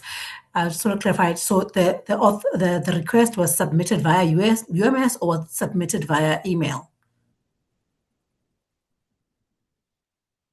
Well, we submitted via email, but because we wait so long, I have tried with UMS. I've also, if we do get an approval, it states that it gives us 1 to 2 days at minimum. But then we get authorizations that say, okay, 0 days approved.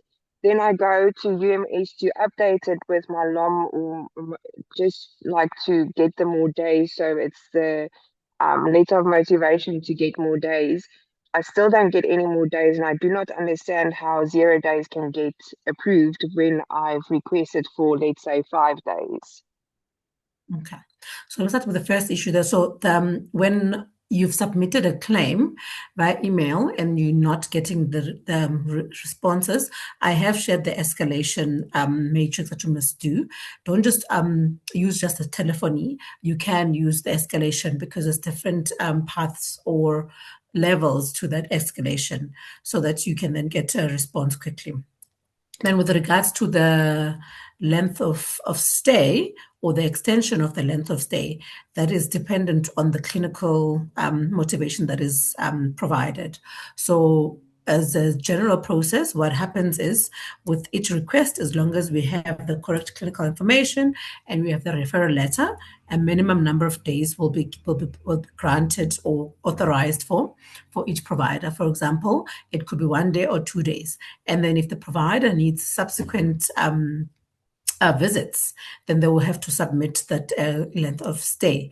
But I think you having a specific issue where you sometimes have 0 length of stay. So I think maybe for those, we can use the same email address that we are sharing here so that we can see those specific cases, what the actual reasons are there, because it's difficult for me to be able to answer in those scenarios what were the reasons either for the rejection or for not having the length of stay extended.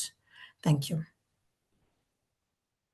Thank you for that, colleagues. We are 5 minutes remaining of our meeting, and I do see that the hands keep rising. I just think in the interest of time, if you can please share your questions on the Q&A chat board, those that have not been answered, we will still answer them and send all the answers and the questions to all the participants in the meeting. So rest assured, all the questions that were asked today will be answered.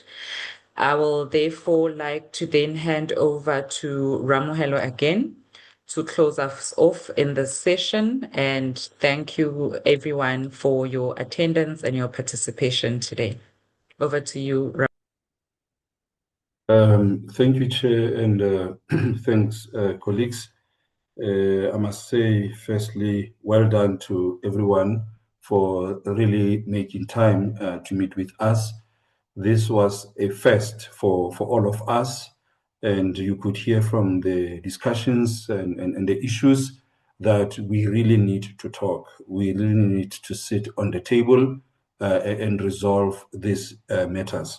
So when I came to GEMS in 2019, we had what we called a provider summit. We used to do only 2 at a time, which I spoke about earlier, face-to-face engagements with all healthcare providers in one province.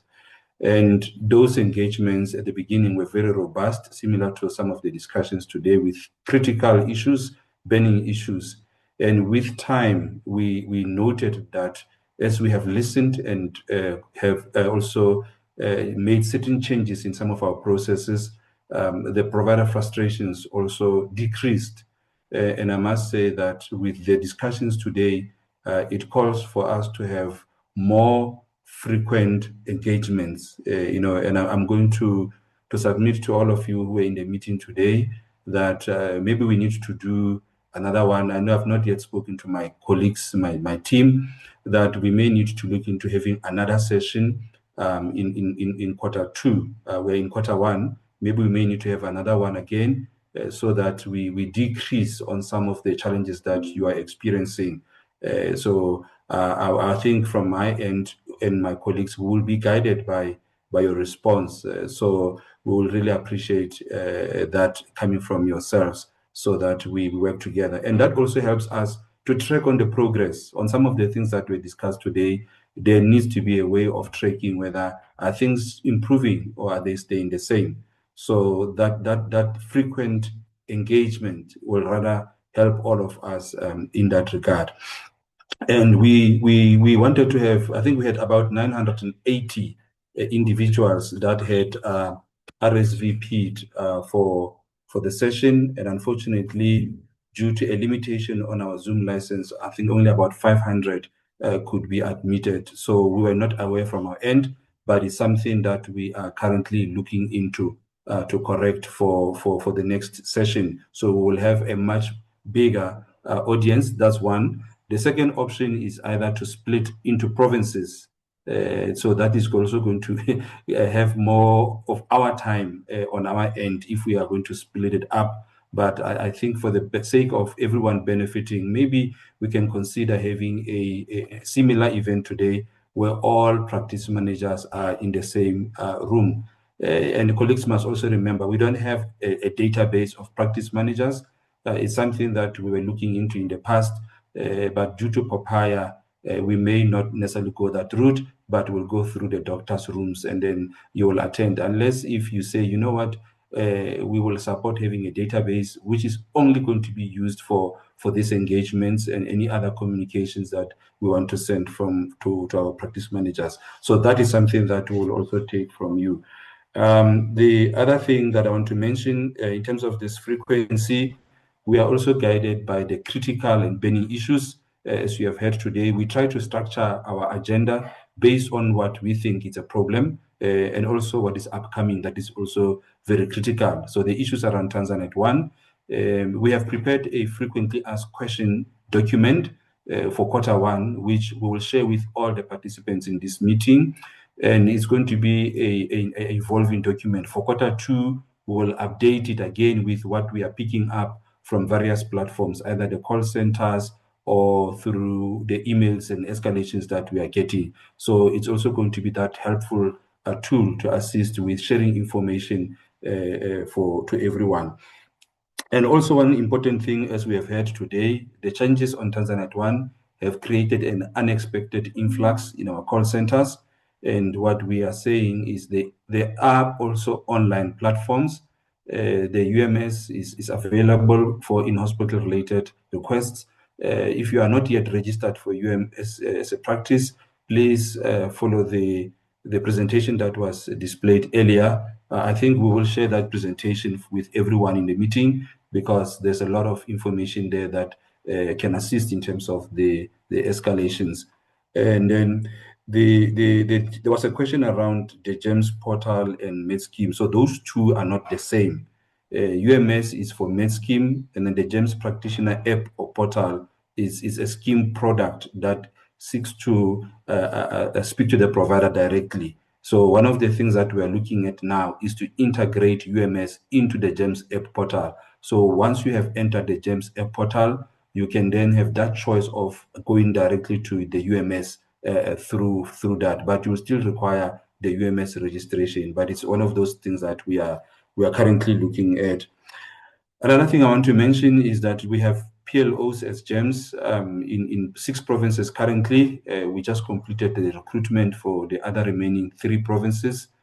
So hopefully by 1st of April, we'll have a full national footprint. So currently we have 5 PLOs per province, except for Northern Cape, where there is only 2. So there was a request to submit or share the details. So what we will do in the response that we're going to formulate for all the questions today, we'll also include their contacts and please, in your respective provinces, if you need someone to assist, they will also be there. But I must say that they have a specific focus area in terms of what they need to be doing. So any primary request must still follow the normal channels, but not be directed to the PLOs, unless if something has not been resolved and is becoming a concern. That's when you can get the PLO to assist. The issue of the turnaround times, I think it's a big concern that we've also picked up today, which internally as the scheme will also look into it.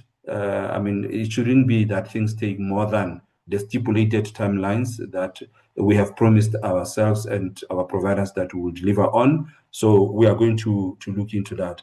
And then lastly, all these discussions of today, we are going to compile a frequently asked question. Even where we have responded, we will still put all those together for the benefit of those who could not join the meeting. All those questions that were asked orally, we'll also put them together because we've got the recording, and then we'll share a document with yourselves. And I must please beg everyone that all the examples that were requested, only for today, please use that only one email address, because we want to have a view of all the issues from our end, and it is only for today only. And please, please, if I have to give you R5 for not using that email address after this email, I will do so. Because it is not an attended email address. We use it for the summit when we are also having similar questions that we want to have a view so that we can respond appropriately. So I'll really appreciate where we have asked for examples only for today, just send to summits@gems.gov.za, and then we will also package all those as part of the responses, but we'll respond to you privately in terms of those specific cases. So colleagues, with that from my end, Nonto, I want to say, colleagues, there is a QR code that I believe is also being shared. If you could please scan it and give us some feedback. We really want to make this a very meaningful conversation with practice managers. We value associating with you, and then we'll appreciate if you could also assist us with evaluating the session so that the next one that we are going to have, we can have more meaningful and productive conversations to ensure that our members are getting a good service, and you also as our stakeholder is getting a good service from our end. With that being said, I want to say thank you to everyone and looking forward to seeing those in the Western Cape if you'll be in attendance on the 28th of March, and then subsequent to that, 16th of May, we'll be in Polokwane, and hopefully we'll see you there. And hey, we are also willing to come to visit your rooms. If you want us to visit, you just speak to the PLO. I have been to several rooms myself in various provinces when time allows. So please also feel free to engage us directly. Thanks, Nonto, and thanks, colleagues.